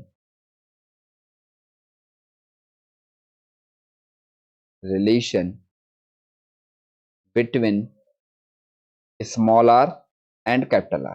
clear है ना बच्चों? समझ में आई नहीं आया? तो देखो क्या दे रखा है क्वेश्चन में दे रखा है सोल्यूशन देखो भाई, two charges q1 and q2 separated by the distance r have the force f the same charges. देखो पहले एयर में है दोनों, यहाँ पे दे रखा है प्लस q, ठीक है, और यहाँ पे दे रखा है प्लस q2. इन दोनों का बीच का डिस्टेंस कितना है r. समझते रहना बच्चों. अब इस पे फोर्स लग रहा है f. इस पे फोर्स कितना लग रहा है? ये फोर्स लग रहा है f. ठीक है बच्चों. तो यहां से क्या बनने वाला है, यदि मैं यहां से f की वैल्यू लिखूं, क्या लिखूं? f. तो मैं क्या बोलने वाला हूं? f equal to 1/4 pi epsilon naught into q1 q2 upon में r स्क्वायर. यही तो बनेगा ना हमारे पास में. ठीक है. सेकंड हम लोग क्या कर लेते हैं, उसने बोल रखा है चार्जेस तो सेम रखे गए, q1 और q2 चार्जेस सेम रखे गए और इसको डिस्टेंस पे रख दिया गया कैपिटल R डिस्टेंस पे, और इनके बीच में कोई मीडियम भी इंसर्ट कर दिया गया जिसका k की वैल्यू बोल दी गई 4. k की वैल्यू क्या बोली गई? 4. तो हम और इसके बीच में लगने वाला जो फोर्स होगा वो भी कितना कर दिया गया? 3F. ये सब बातें क्वेश्चन में बोल रखी है. क्लियर ना बच्चों? देखो 3F बोल रखा नहीं बोल रखा है. अब करना क्या है हमको, तो इसके लिए फॉर्मूला क्या रहेगा सर? फोर्स इक्वल टू आपने बता रखा है, जब भी कभी भी मीडियम में होगा तो 4 pi epsilon naught into 4 into q1 q2 upon में कैपिटल R स्क्वायर. यहां तक बात समझ में आ रही है? क्या बोलेंगे हम लोग? Capital R square. तो अब क्यों ये ऐसा इसलिए लिख दिया गया ना, ऐसा इसलिए लिखा जाना. एप्सिलॉन m इक्वल टू क्या होता है? Epsilon naught into k. ठीक है, क्या होता है? k. यहाँ पे k की वैल्यू मैंने डायरेक्ट पुट कर दिया. क्लियर हो ना बच्चों? समझ में? ये है इक्वेशन नंबर 1 और ये है इक्वेशन नंबर 2. दोनों को क्या कर देते हैं हम लोग? डिवाइड कर देते हैं, आंसर आ जाएगा हमारे पास में. ठीक है, तो क्या करने वाले हैं? 1 इज डिवाइडेड बाई 2. तो कितना बनने वाला है हमारे पास में? f अपॉन में 3f equal to 1/4 pi epsilon naught into q1 q2 upon में स्मॉल r स्क्वायर. टोटल के अपॉन में 1/4 pi epsilon naught into 1/4 into q1 q2 upon में कैपिटल R स्क्वायर. अब ये कैंसिल आउट हो जाएगा, ये इससे कैंसिल आउट हो जाएगा, f से f कैंसिल आउट हो जाएगा. जो बच गया वो कितना बचा हमारे पास में? 4 कैपिटल R स्क्वायर अपॉन में स्मॉल r स्क्वायर. क्लियर होगा बच्चों? कैलकुलेशन आप देख लीजिएगा। ठीक है, तो यहाँ से क्या बनने वाला है हमारे पास में, फिर मैं इसका क्रॉस मल्टीप्लाई करूँ, समझो यहाँ पे 1/3 इक्वल टू क्या बनने वाला था 4r, क्या बनने वाला है 4r², 4r² अपॉन में स्मॉल r², क्रॉस मल्टीप्लाई करेंगे तो r² इक्वल टू कितना आ जाएगा 12, 14 थोड़ी 12r²। यदि मैं r इक्वल टू पूछूं तो ये आएगा r तो बाहर आ जाएगा, रूट में 12, इसको मैं लिख सकता हूँ 2r√3, 2r√3। तो r की वैल्यू कितनी आ गई हमारे पास में, स्मॉल r, एक second, small r equal to 2r√3। ये आ गया हमारे पास में क्या, रिलेशन, r और स्मॉल r के बीच का रिलेशन। ठीक है बच्चों, ठीक है। हाँ, एक एक नोट पॉइंट करके यहाँ पे लिखना, देखो एक नोट करके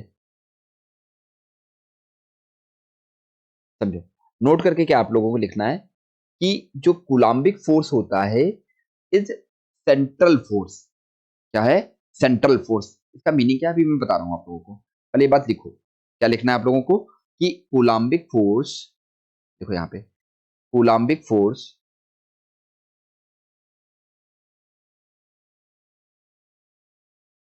coulombic force is a central force, central force that is always always acts always acts along along the line joining along the line joining the two charges, two, clear ना बच्चों। तो समझो यहाँ पे, यदि यहाँ पे कोई फोर्स, यहाँ पे समझो, यहाँ पे एक चार्ज दे रखा है, क्या दे रखा है, ये मान लेते हैं Q1, और यहाँ पे कोई चार्ज दे रखा है माइनस का Q2, ये प्लस का Q1 दे रखा है, और यहाँ पे प्लस का भी हो सकता था, माइनस का Q2 मान लेते हैं।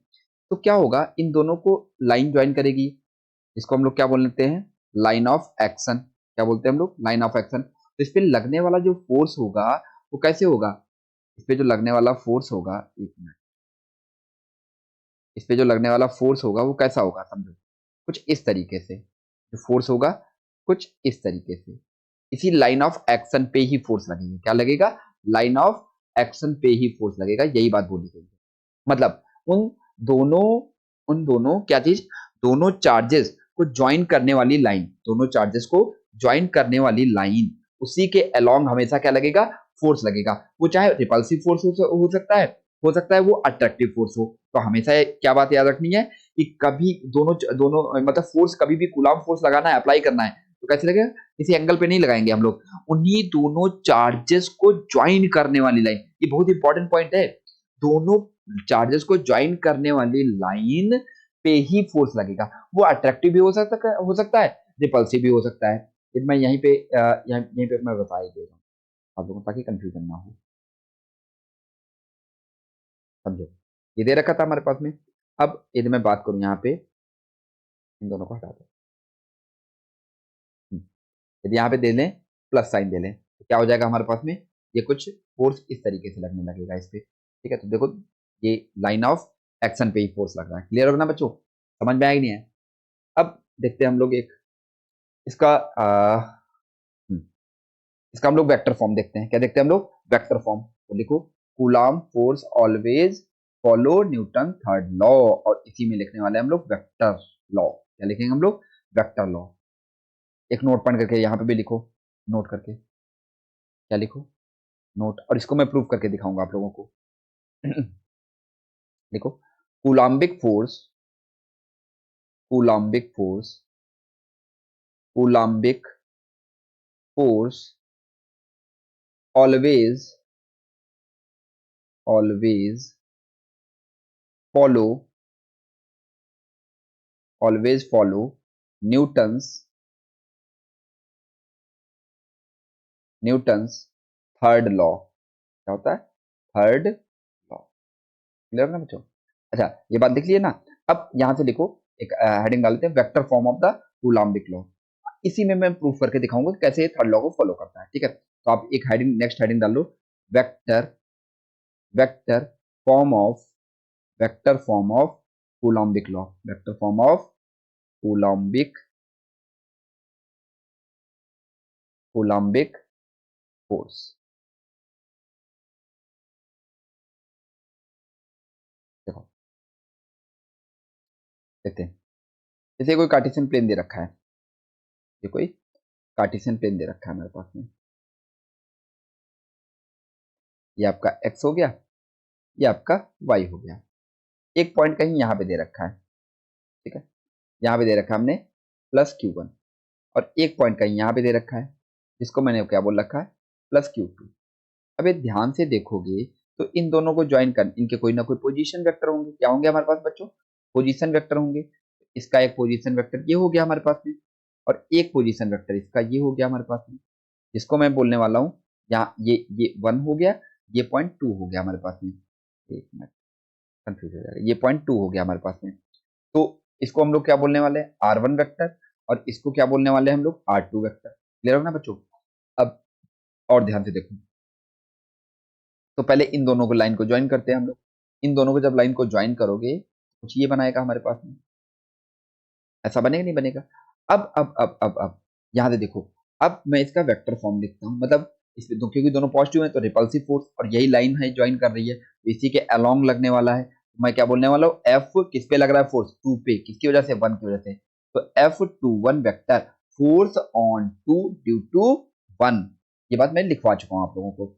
ऐसे ही इधर भी लगने वाला होगा फोर्स, वो किधर क्यों लगेगा? इधर क्यों लगेगा? इसको मैं क्या बोलने वाला हूँ, force on 1 due to 2। Clear हो गया ना बच्चों? समझ में आई नहीं आया? अब थोड़ा ध्यान से देखोगे तो यहाँ से आ रहा है ये डिस्टेंस, तो जब भी कभी भी भाई इस फोर्स को लोगे तो यहाँ से क्या आएगा, ये वेक्टर कुछ ऐसे लेना है आपको, समझते रहना अच्छे से बच्चों, यहाँ पे कंफ्यूजन आता है थोड़ा सा। ठीक है, यहाँ पे क्या आएगा, देखो ये वाला फोर्स किधर क्यों लग रहा है, इधर क्यों लग रहा है ना, तो डिस्टेंस भी किधर क्यों लिया जाएगा, डिस्टेंस वेक्टर किधर क्यों लिया जाएगा, क्योंकि ये डिस्प्लेसमेंट वेक्टर बनेगा नहीं जा करके, तो इधर की ओर ही लिया जाएगा। क्यों लिया जाएगा? रीजन क्या है उसके पीछे? क्यों? क्योंकि हमें क्या करना है, हमें क्या करना है, ये किस डायरेक्शन में फोर्स, किस डायरेक्शन में लग रहा है, इस डायरेक्शन में लग रहा है, तो हमें डिस्प्लेसमेंट वेक्टर भी किधर की ओर लेना पड़ेगा, इधर की ओर ही लेना पड़ेगा।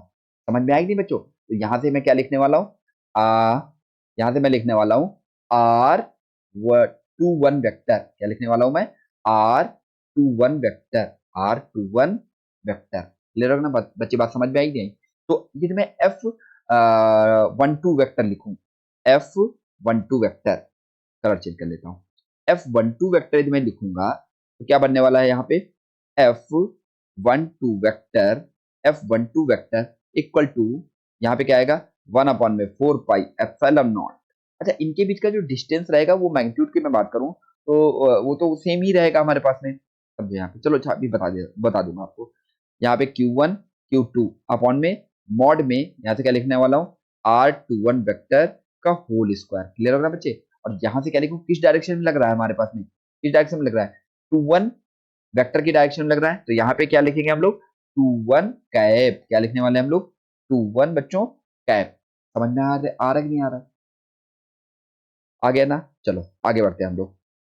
अच्छा, कैप वेक्टर को, ए कैप को हम लोग क्या लिखते हैं, ए वेक्टर अपॉन में मॉड ऑफ ए वेक्टर, ये आपको याद होगा थोड़ा थोड़ा। ठीक है, तो यहां से मैं क्या लिखने वाला हूँ, 1/4 pi epsilon naught into Q1 Q2 upon में R21 वेक्टर मॉड का होल स्क्वायर इक्वल इंटू, यहां से क्या लिखने वाला हूँ, R21 वेक्टर अपॉन में मॉड में R21 वेक्टर का मैग्नीट्यूड लिखना है हमको। तो यहां से क्या बन गया हमारे पास में, इसको मैं क्या बोल सकता हूँ, F12 vector, F12 vector 1/4 pi epsilon naught into Q1 Q2 upon में magnitude of the R21 vector का whole cube into R21 vector.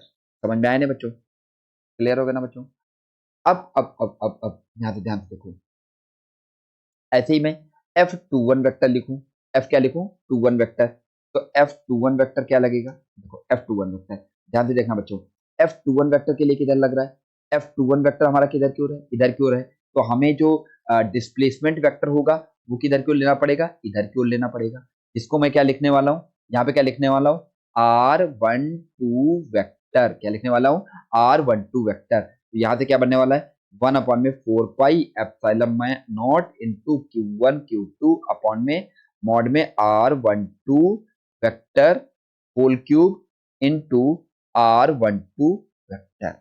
आगे नहीं समझ में बच्चों बात, क्लियर हो गया ना, समझे कि नहीं समझे, अच्छे से समझ में आया कि नहीं आया, चलो ठीक है।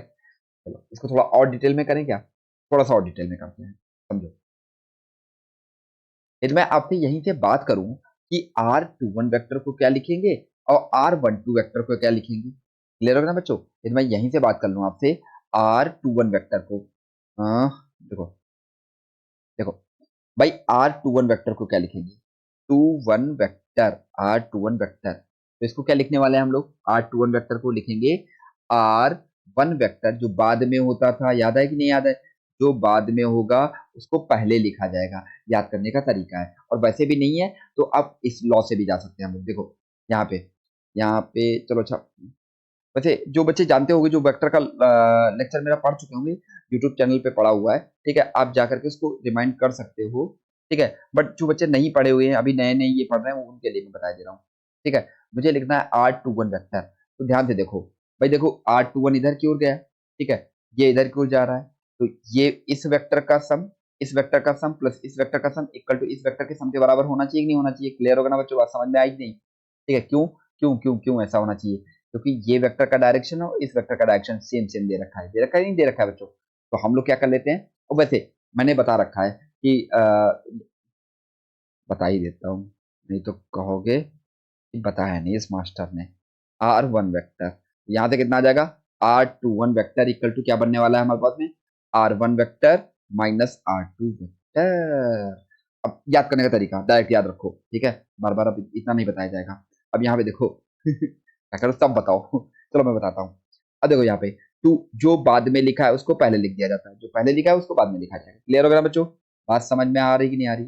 अब ऐसे ही यदि मैं R12 वेक्टर लिखूं, क्या लिखूं, R, यहाँ पे देखना, R12 वेक्टर, R12 वेक्टर, इसको क्या लिखने वाले हैं, R2 vector minus R1 vector, क्या लिखने वाले हैं, R2 vector minus R1 vector, clear हो गया ना, समझ में आ रहा ना अच्छे से, ठीक है। अच्छा, इनके कोऑर्डिनेट भी दे रखे होंगे, इनके कोऑर्डिनेट कितना हो जाएगा, हमने लेट कर लिया x2 y2 z2, तो R2 वेक्टर में बता दूंगा कैसे लिखा कैसे जाता है। और यहाँ पे क्या दे रखा होगा, इसके कोऑर्डिनेट भी ले लेते हैं, x1 y1 z1, ठीक है बच्चों। ये ज्यादा हॉट पॉच हो जा रहा है, चलो नेक्स्ट पेज पे चलते हैं। इस फिगर को लेके चलें क्या, चलो ले चलते हैं इसको, यहाँ क्या ही करेगा, फिगर को उठा लेते हैं, कॉपी कर लेते हैं, चलो भाई दूसरे पेज पे चलते हैं। हाँ, ये आगे नहीं आ गया, देखो समझो यहाँ पे, ये इतना आ गया हमारे पास में। अब इसको, यदि मुझे R1 वेक्टर लिखना हो, तो R1 vector equal to component के फॉर्म में कैसे लिखेंगे, x1 i cap plus y1 j cap plus z1 k cap, clear हो गया ना बच्चों। ऐसे ही R2 वेक्टर इक्वल टू कितना लिखने वाले हैं हम लोग, x2 i cap plus y2 j cap plus z2 k cap, clear हो गया ना बच्चों। अब यदि मैं वही यहीं से अब ये सारी वैल्यू चिपका दूं जाकर के, यहाँ पे R12 की जगह पे 21 की जगह पे चिपकाऊ जा करके, यहाँ से बनने वाला है F12 vector equal to 1 upon में 4 pi epsilon naught into Q1 Q2 upon में मॉड में, यहाँ से कितना आएगा, 12 दे रखा ना हमारे पास, 12, इसको कितना लिखने वाले हैं हम लोग, 12 पे क्या लिखा था हमने बच्चों, यहाँ पे देखो 12, यहाँ पे आया था 21, तो R1 vector minus R2 vector का होल क्यूब इनटू, यहाँ पे क्या आएगा हमारे पास में, R21 को हम लोगों ने क्या लिखा था, यहाँ पे लिखेंगे R1 vector minus R2 vector, clear होगा ना बच्चों, ये इतना आगे नहीं आ गया। ऐसे ही same as F21 vector equal to कितना आएगा, 1 अपॉन में 4 pi epsilon naught into Q1 Q2 upon में, यहाँ से कितना लिखने वाले, R2 vector minus R1 vector का होल क्यूब, और यहाँ से मल्टीप्लाई में होगा R2 vector minus R1 vector, clear हो गया ना बच्चों।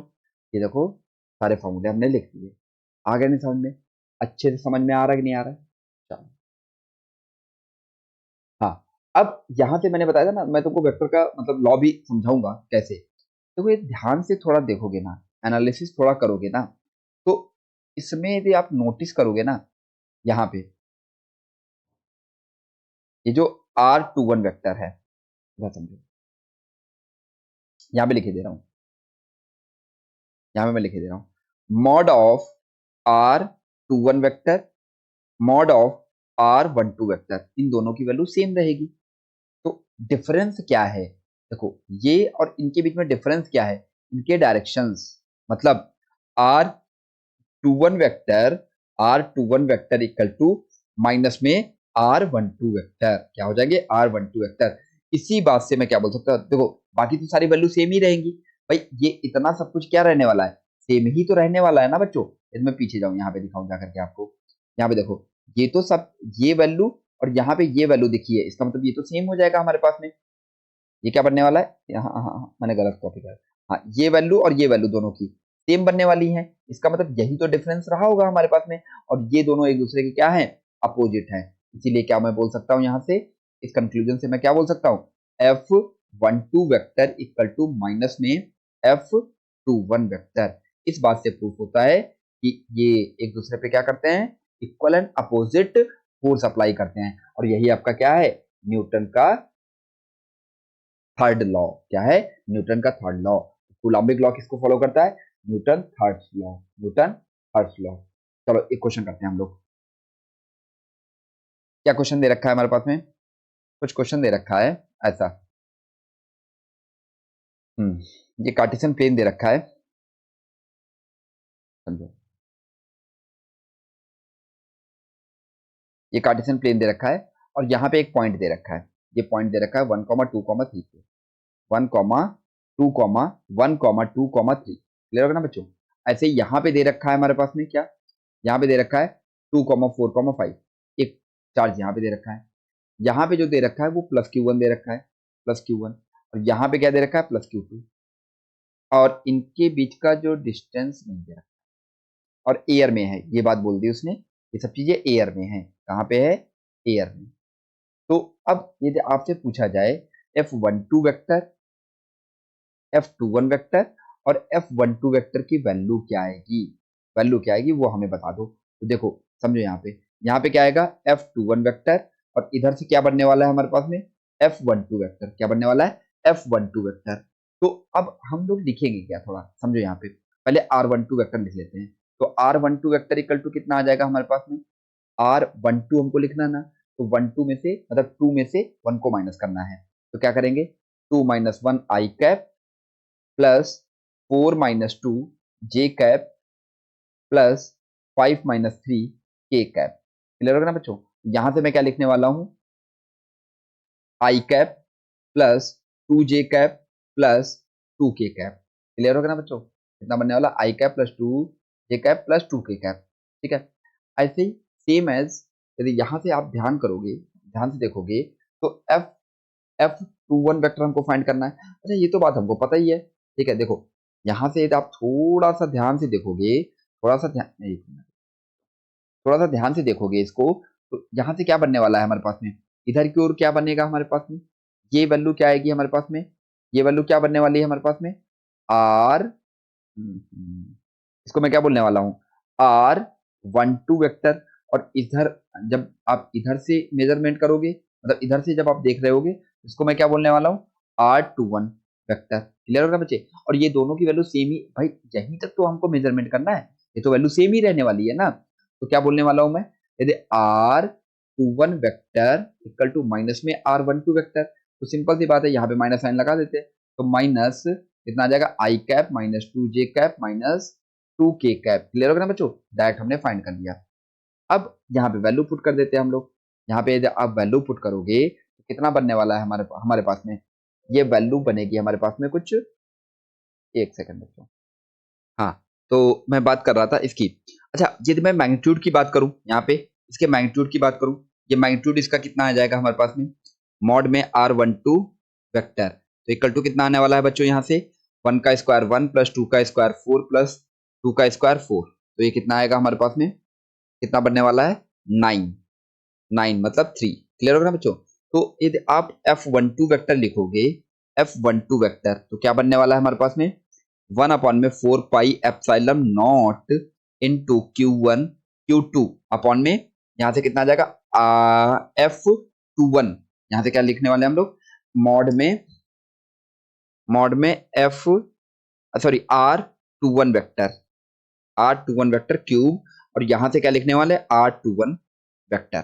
तो जो बन जाएगा हमारे पास वो क्या बनेगा 1 अपॉन में 4 pi epsilon naught into Q1 Q2 upon में 3 का क्यूब ब्रैकेट में कितना आएगा हमारे पास में 21 वेक्टर कितना है माइनस में आई कैप माइनस में 2j कैप माइनस में 2k कैप। क्लियर होगा ना बच्चों? तो यहाँ से क्या बनेगा हमारे पास में माइनस, ये तो मैं कॉमन ले लूं, माइनस 1 अपॉन में 4 pi epsilon naught into Q1 Q2 upon में 3 3 जा 9 3 जा 27, यहाँ से कितना आएगा I cap plus 2j cap plus 2k cap. Clear होगा ना बच्चों? ये आ गया हमारे पास में F12 वेक्टर, कितना आया हमारे पास में F12 वेक्टर। और ये आप ध्यान से देखोगे ना तो F21 वेक्टर इक्वल टू कितना आ जाएगा हमारे पास में माइनस में F12 वेक्टर, कितना आएगा F12 वेक्टर। तो यही चीज प्लस में आ जाएगी 1 अपॉन में 4 pi epsilon naught into Q1 Q2 upon में 27 ब्रैकेट में I cap plus 2j cap plus 2k cap. Clear होगा ना बच्चों? समझ में आया नहीं है? चलो एक और क्वेश्चन करते हैं हम लोग, समझो यहाँ पे क्या दे रखा है हमारे पास में। यहाँ पे ऐसा कुछ दे रखा है क्वेश्चन,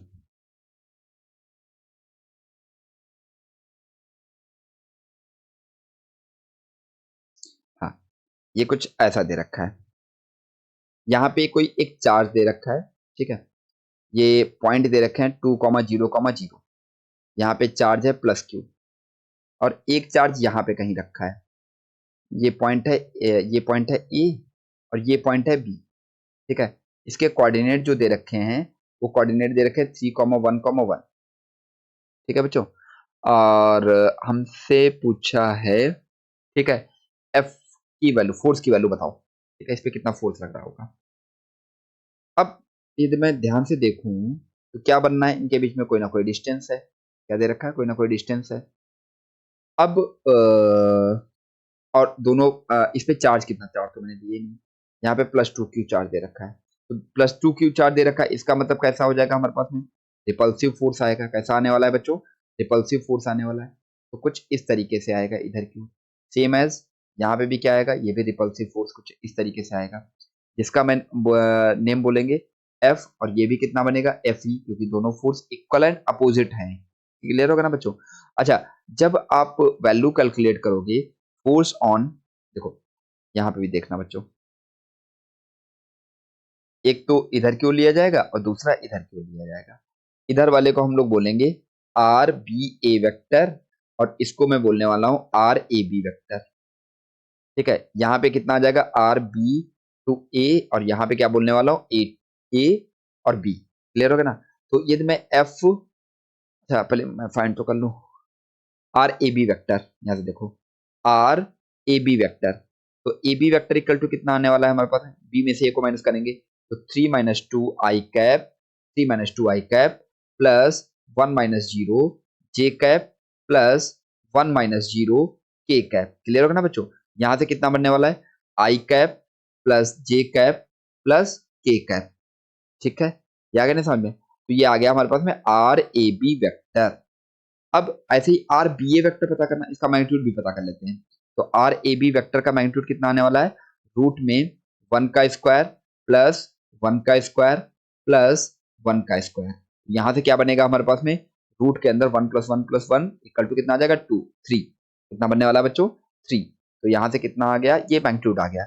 ऐसे ही आर ए बी फाइंड करना होगा तो नेगेटिव में हो ही जाता है हमारे पास में, ठीक है। यदि हमें पता करना हो एफ बी ए वेक्टर, क्या पता करना हो एफ बी ए वेक्टर, तो फॉर्मूला क्या रहेगा हमारे पास में 1 अपॉन में 4 pi epsilon naught into Q into 2q upon में कितना रहने वाला है, ठीक है, R A B vector cube into R A B vector. अब यहाँ पे वैल्यूज आप पुट करेंगे तो कितना आएगा 1/4 pi epsilon naught into 2 Q square में क्यूब करेंगे इसका तो कितना आने वाला है हमारे पास में 3√3। कितना आएगा 3√3। कितना आएगा बच्चों 3√3। और ये कितना है आई कैप प्लस जे कैप प्लस के कैप। समझ में आ गया नहीं आ गया बच्चों। अब यहां से कितना आ जाएगा हमारे पास में 2 जा तो ये आएगा हमारे पास में 1/6√3 पाई epsilon naught into Q square bracket में I cap plus J cap plus के कैप। और यदि आपको F B A vector find करना हो तो हम लोग क्या बोल सकते हैं माइनस में F A B, sorry B A तो मैंने फाइंड ही कर लिया, ए बी वेक्टर फाइंड करना हो, एक second, F A B vector find करना हो तो minus times of the F B A vector कर दो और आपका आंसर आ जाएगा। ठीक है, चलो यहां तक समझ में आया ना बच्चों। फिर अब नया टॉपिक स्टार्ट करते हैं हम लोग, superposition, principle of the superposition principle. अच्छा, आपको ये ग्रेविटेशन वाले चैप्टर में भी पढ़ाया गया होगा, क्या पढ़ाया गया, ग्रेविटेशन वाले चैप्टर में भी पढ़ाया होगा समझो यहाँ पे, प्रिंसिपल ऑफ सुपरपोजिशन, और वहां पे आपको बताया गया होगा ये बहुत इंपॉर्टेंट है। ठीक है, principle of superposition, principle of superposition,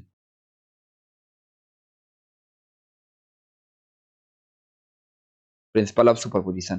तो समझो यहाँ पे प्रिंसिपल ऑफ सुपरपोजिशन बोलने का मतलब क्या हो गया हमारे पास में, यहाँ पे बहुत सारे चार्जेस दे रखे हैं।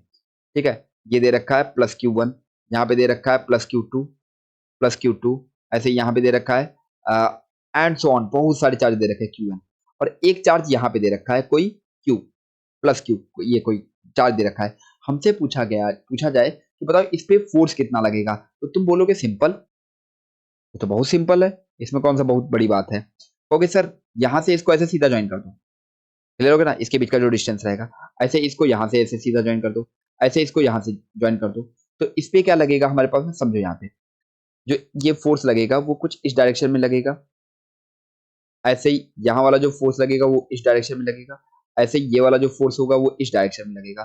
तो इसका मतलब कितना हो जाएगा हमारे पास, बहुत सारे फोर्सेस। तो मैं इसको क्या बोलने वाला हूँ, एफ क्यू क्यू Q1, इसको मैं क्या बोलने वाला हूँ, एफ क्यू Q2, इसको मैं क्या बोलने वाला हूँ, एफ क्यू Qn। नहीं तो बोलेंगे नहीं बोलेंगे, ये वेक्टर सारे ही नहीं आ रहे सारे के सारे, तो क्या बोला जाएगा, टोटल फोर्स पूछा जाए, बताओ इस पे एफ नेट कितना लग रहा है, तो बोलोगे ये सारे जितने भी फोर्सेस लग रहे हैं इन सबका सम कर दो, सीधी सी बात है। तो force on Q, net force की मैं बात कर रहा हूं, तो मैं क्या बोलने वाला हूं, F vector Q Q1 plus F Q Q2 vector plus and so on F vector Q Qn। Clear होगा ना बच्चों। तो यहां से कितना आ जाएगा हमारे पास सुपरपोजिशन, अब ये हो गया, यही सुपरपोजिशन है, क्या है बच्चों, यही है हमारे पास में सुपरपोजिशन। कहोगे ओहो इतना आसान चीज है, मतलब नेट फोर्स, क्या बोलने वाला हूं मैं, net force on any charge due to other charges is a vector sum of the all forces due to the individual charges। Clear होगा ना बच्चों। हाँ, अब क्वेश्चन ये भी आएगा मन में कि ये बताओ जैसे ये जब चार्ज रखूंगा और यहाँ पे जो चार्ज रखा हुआ है, तो इस पे जो ये इसके मतलब इस वाले चार्ज और इस वाले चार्ज पे जो फोर्स लग रहा होगा, इस चार्ज की वजह से कुछ इफेक्ट तो नहीं करेगा, नहीं इफेक्ट करेगा। क्लियर होगा बच्चों, बात समझ में आ रही नहीं आ रही, इसको इफेक्ट नहीं करेगा। तो यही बात लिख लो यहाँ पे, क्या बोलेंगे हम लोग, देखो net net force net force on any charge any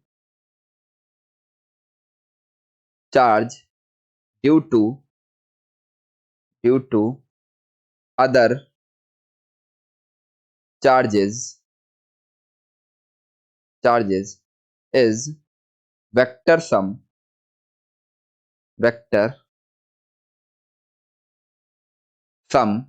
of all the vector sum of the all the forces due to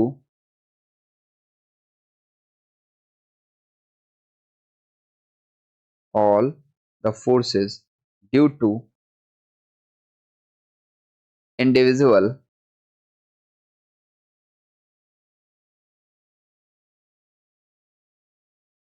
net force on any charge due to the other charges is the vector sum of the all forces due to individual charges bracket में लिख लेना neglecting मतलब ये charge होगा यहाँ पे present होने की वजह से ऐसा नहीं होगा इनके और इनके बीच में फोर्स की वैल्यू चेंज हो जाए क्लियर होगा ना बच्चे बस यहाँ पे कोई भी चार्ज रखो कहीं भी कितने भी चार्ज रखो इसके और इसके बीच में जो फोर्स लग रहा होगा या इसके बीच में फोर्स लग रहा होगा वो कभी भी चेंज होने वाला नहीं है neglecting the presence of other neglecting the presence of other ठीक है बच्चों समझ में आ गया नहीं आ गया ठीक है अच्छा थोड़ा सा इसमें यदि आपको याद होगा थोड़ी सी आपको याद होगा ठीक है यदि आपको वेक्टर सम करना हो थोड़ा सा मैं रिकैप करा दे रहा हूँ आप लोगों को जैसे ये दो वेक्टर दे रखे हों जल्दी जल्दी से समझो ये दो वेक्टर दे रखे हों एक वेक्टर ये दे रखा हो एक वेक्टर ये दे रखा हो इनके बीच में थीटा एंगल दे रखा हो ठीक है तो इनका कोई ना कोई रिजल्टेंट होता था वो रिजल्टेंट कहीं इधर कहीं आएगा हमारे पास में अब ये जो रिजल्टेंट होगा बता दे रहा हूँ देखो ये जो रिजल्टेंट होगा इनके कहाँ पे आता था डायगोनल पे आता था इसको यदि मैं पैरेललोग्राम बनाऊं क्या बना देता हूँ इसको पैरेललोग्राम बना देता हूँ कहाँ पे आएगा इसके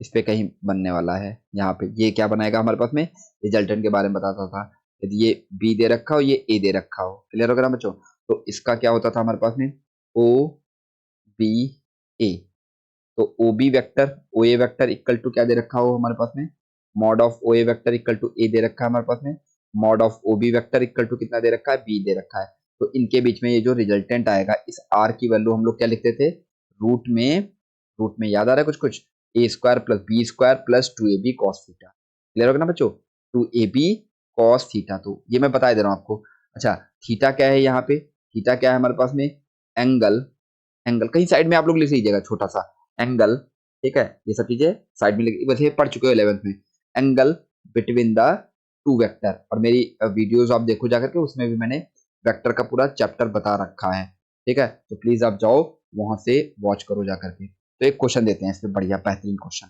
समझो यहाँ पे क्वेश्चन क्या दे रखा है ये कोई इक्विलेटरल ट्रायंगल दे रखा है कैसे दे रखा है इक्विलेटरल ट्रायंगल दे रखा है ये इक्विलेटरल ट्रायंगल दे रखा है और क्वेश्चन बोला गया हमसे ठीक है यहाँ पे चार्ज दे रखा है प्लस क्यू और इसका मास एम है यहाँ पे क्या दे रखा है प्लस क्यू इसका मास एम है यहाँ पे क्या रखा है प्लस क्यू और इसका मास एम है और इसका नेम देते हैं एबीसी को ट्रायंगल दे रखा है तो बोला गया है find the force force acting between या एक्टिंग एनी चार्ज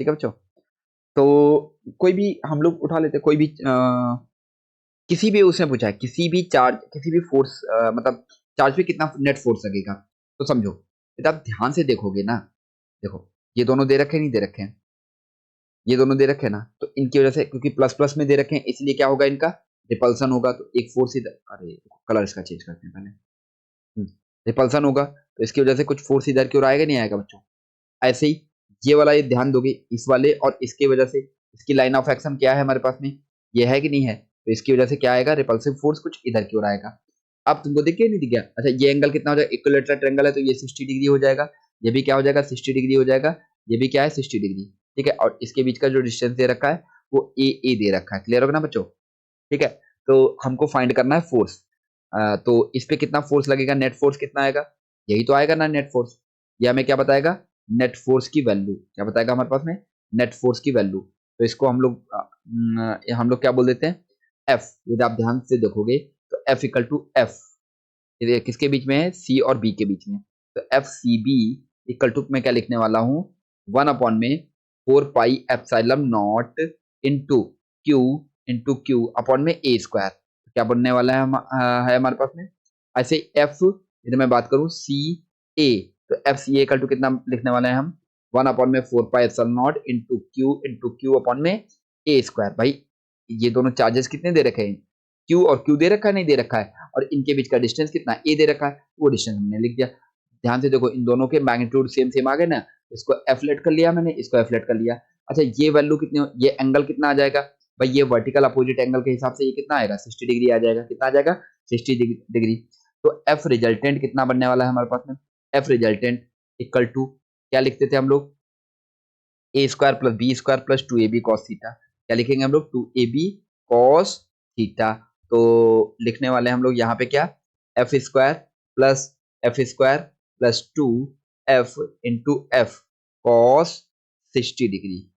ठीक है, यहां से क्या बनने वाला है हमारे पास में, एफ स्क्वायर प्लस 2f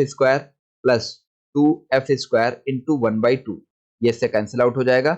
यहां से क्या बनेगा हमारे पास में, 3f स्क्वायर। क्या बनने वाला है, 3f स्क्वायर। तो इसको मैं क्या बोलने वाला हूँ, f√3। क्या बोलने वाला है हम लोग, f√3।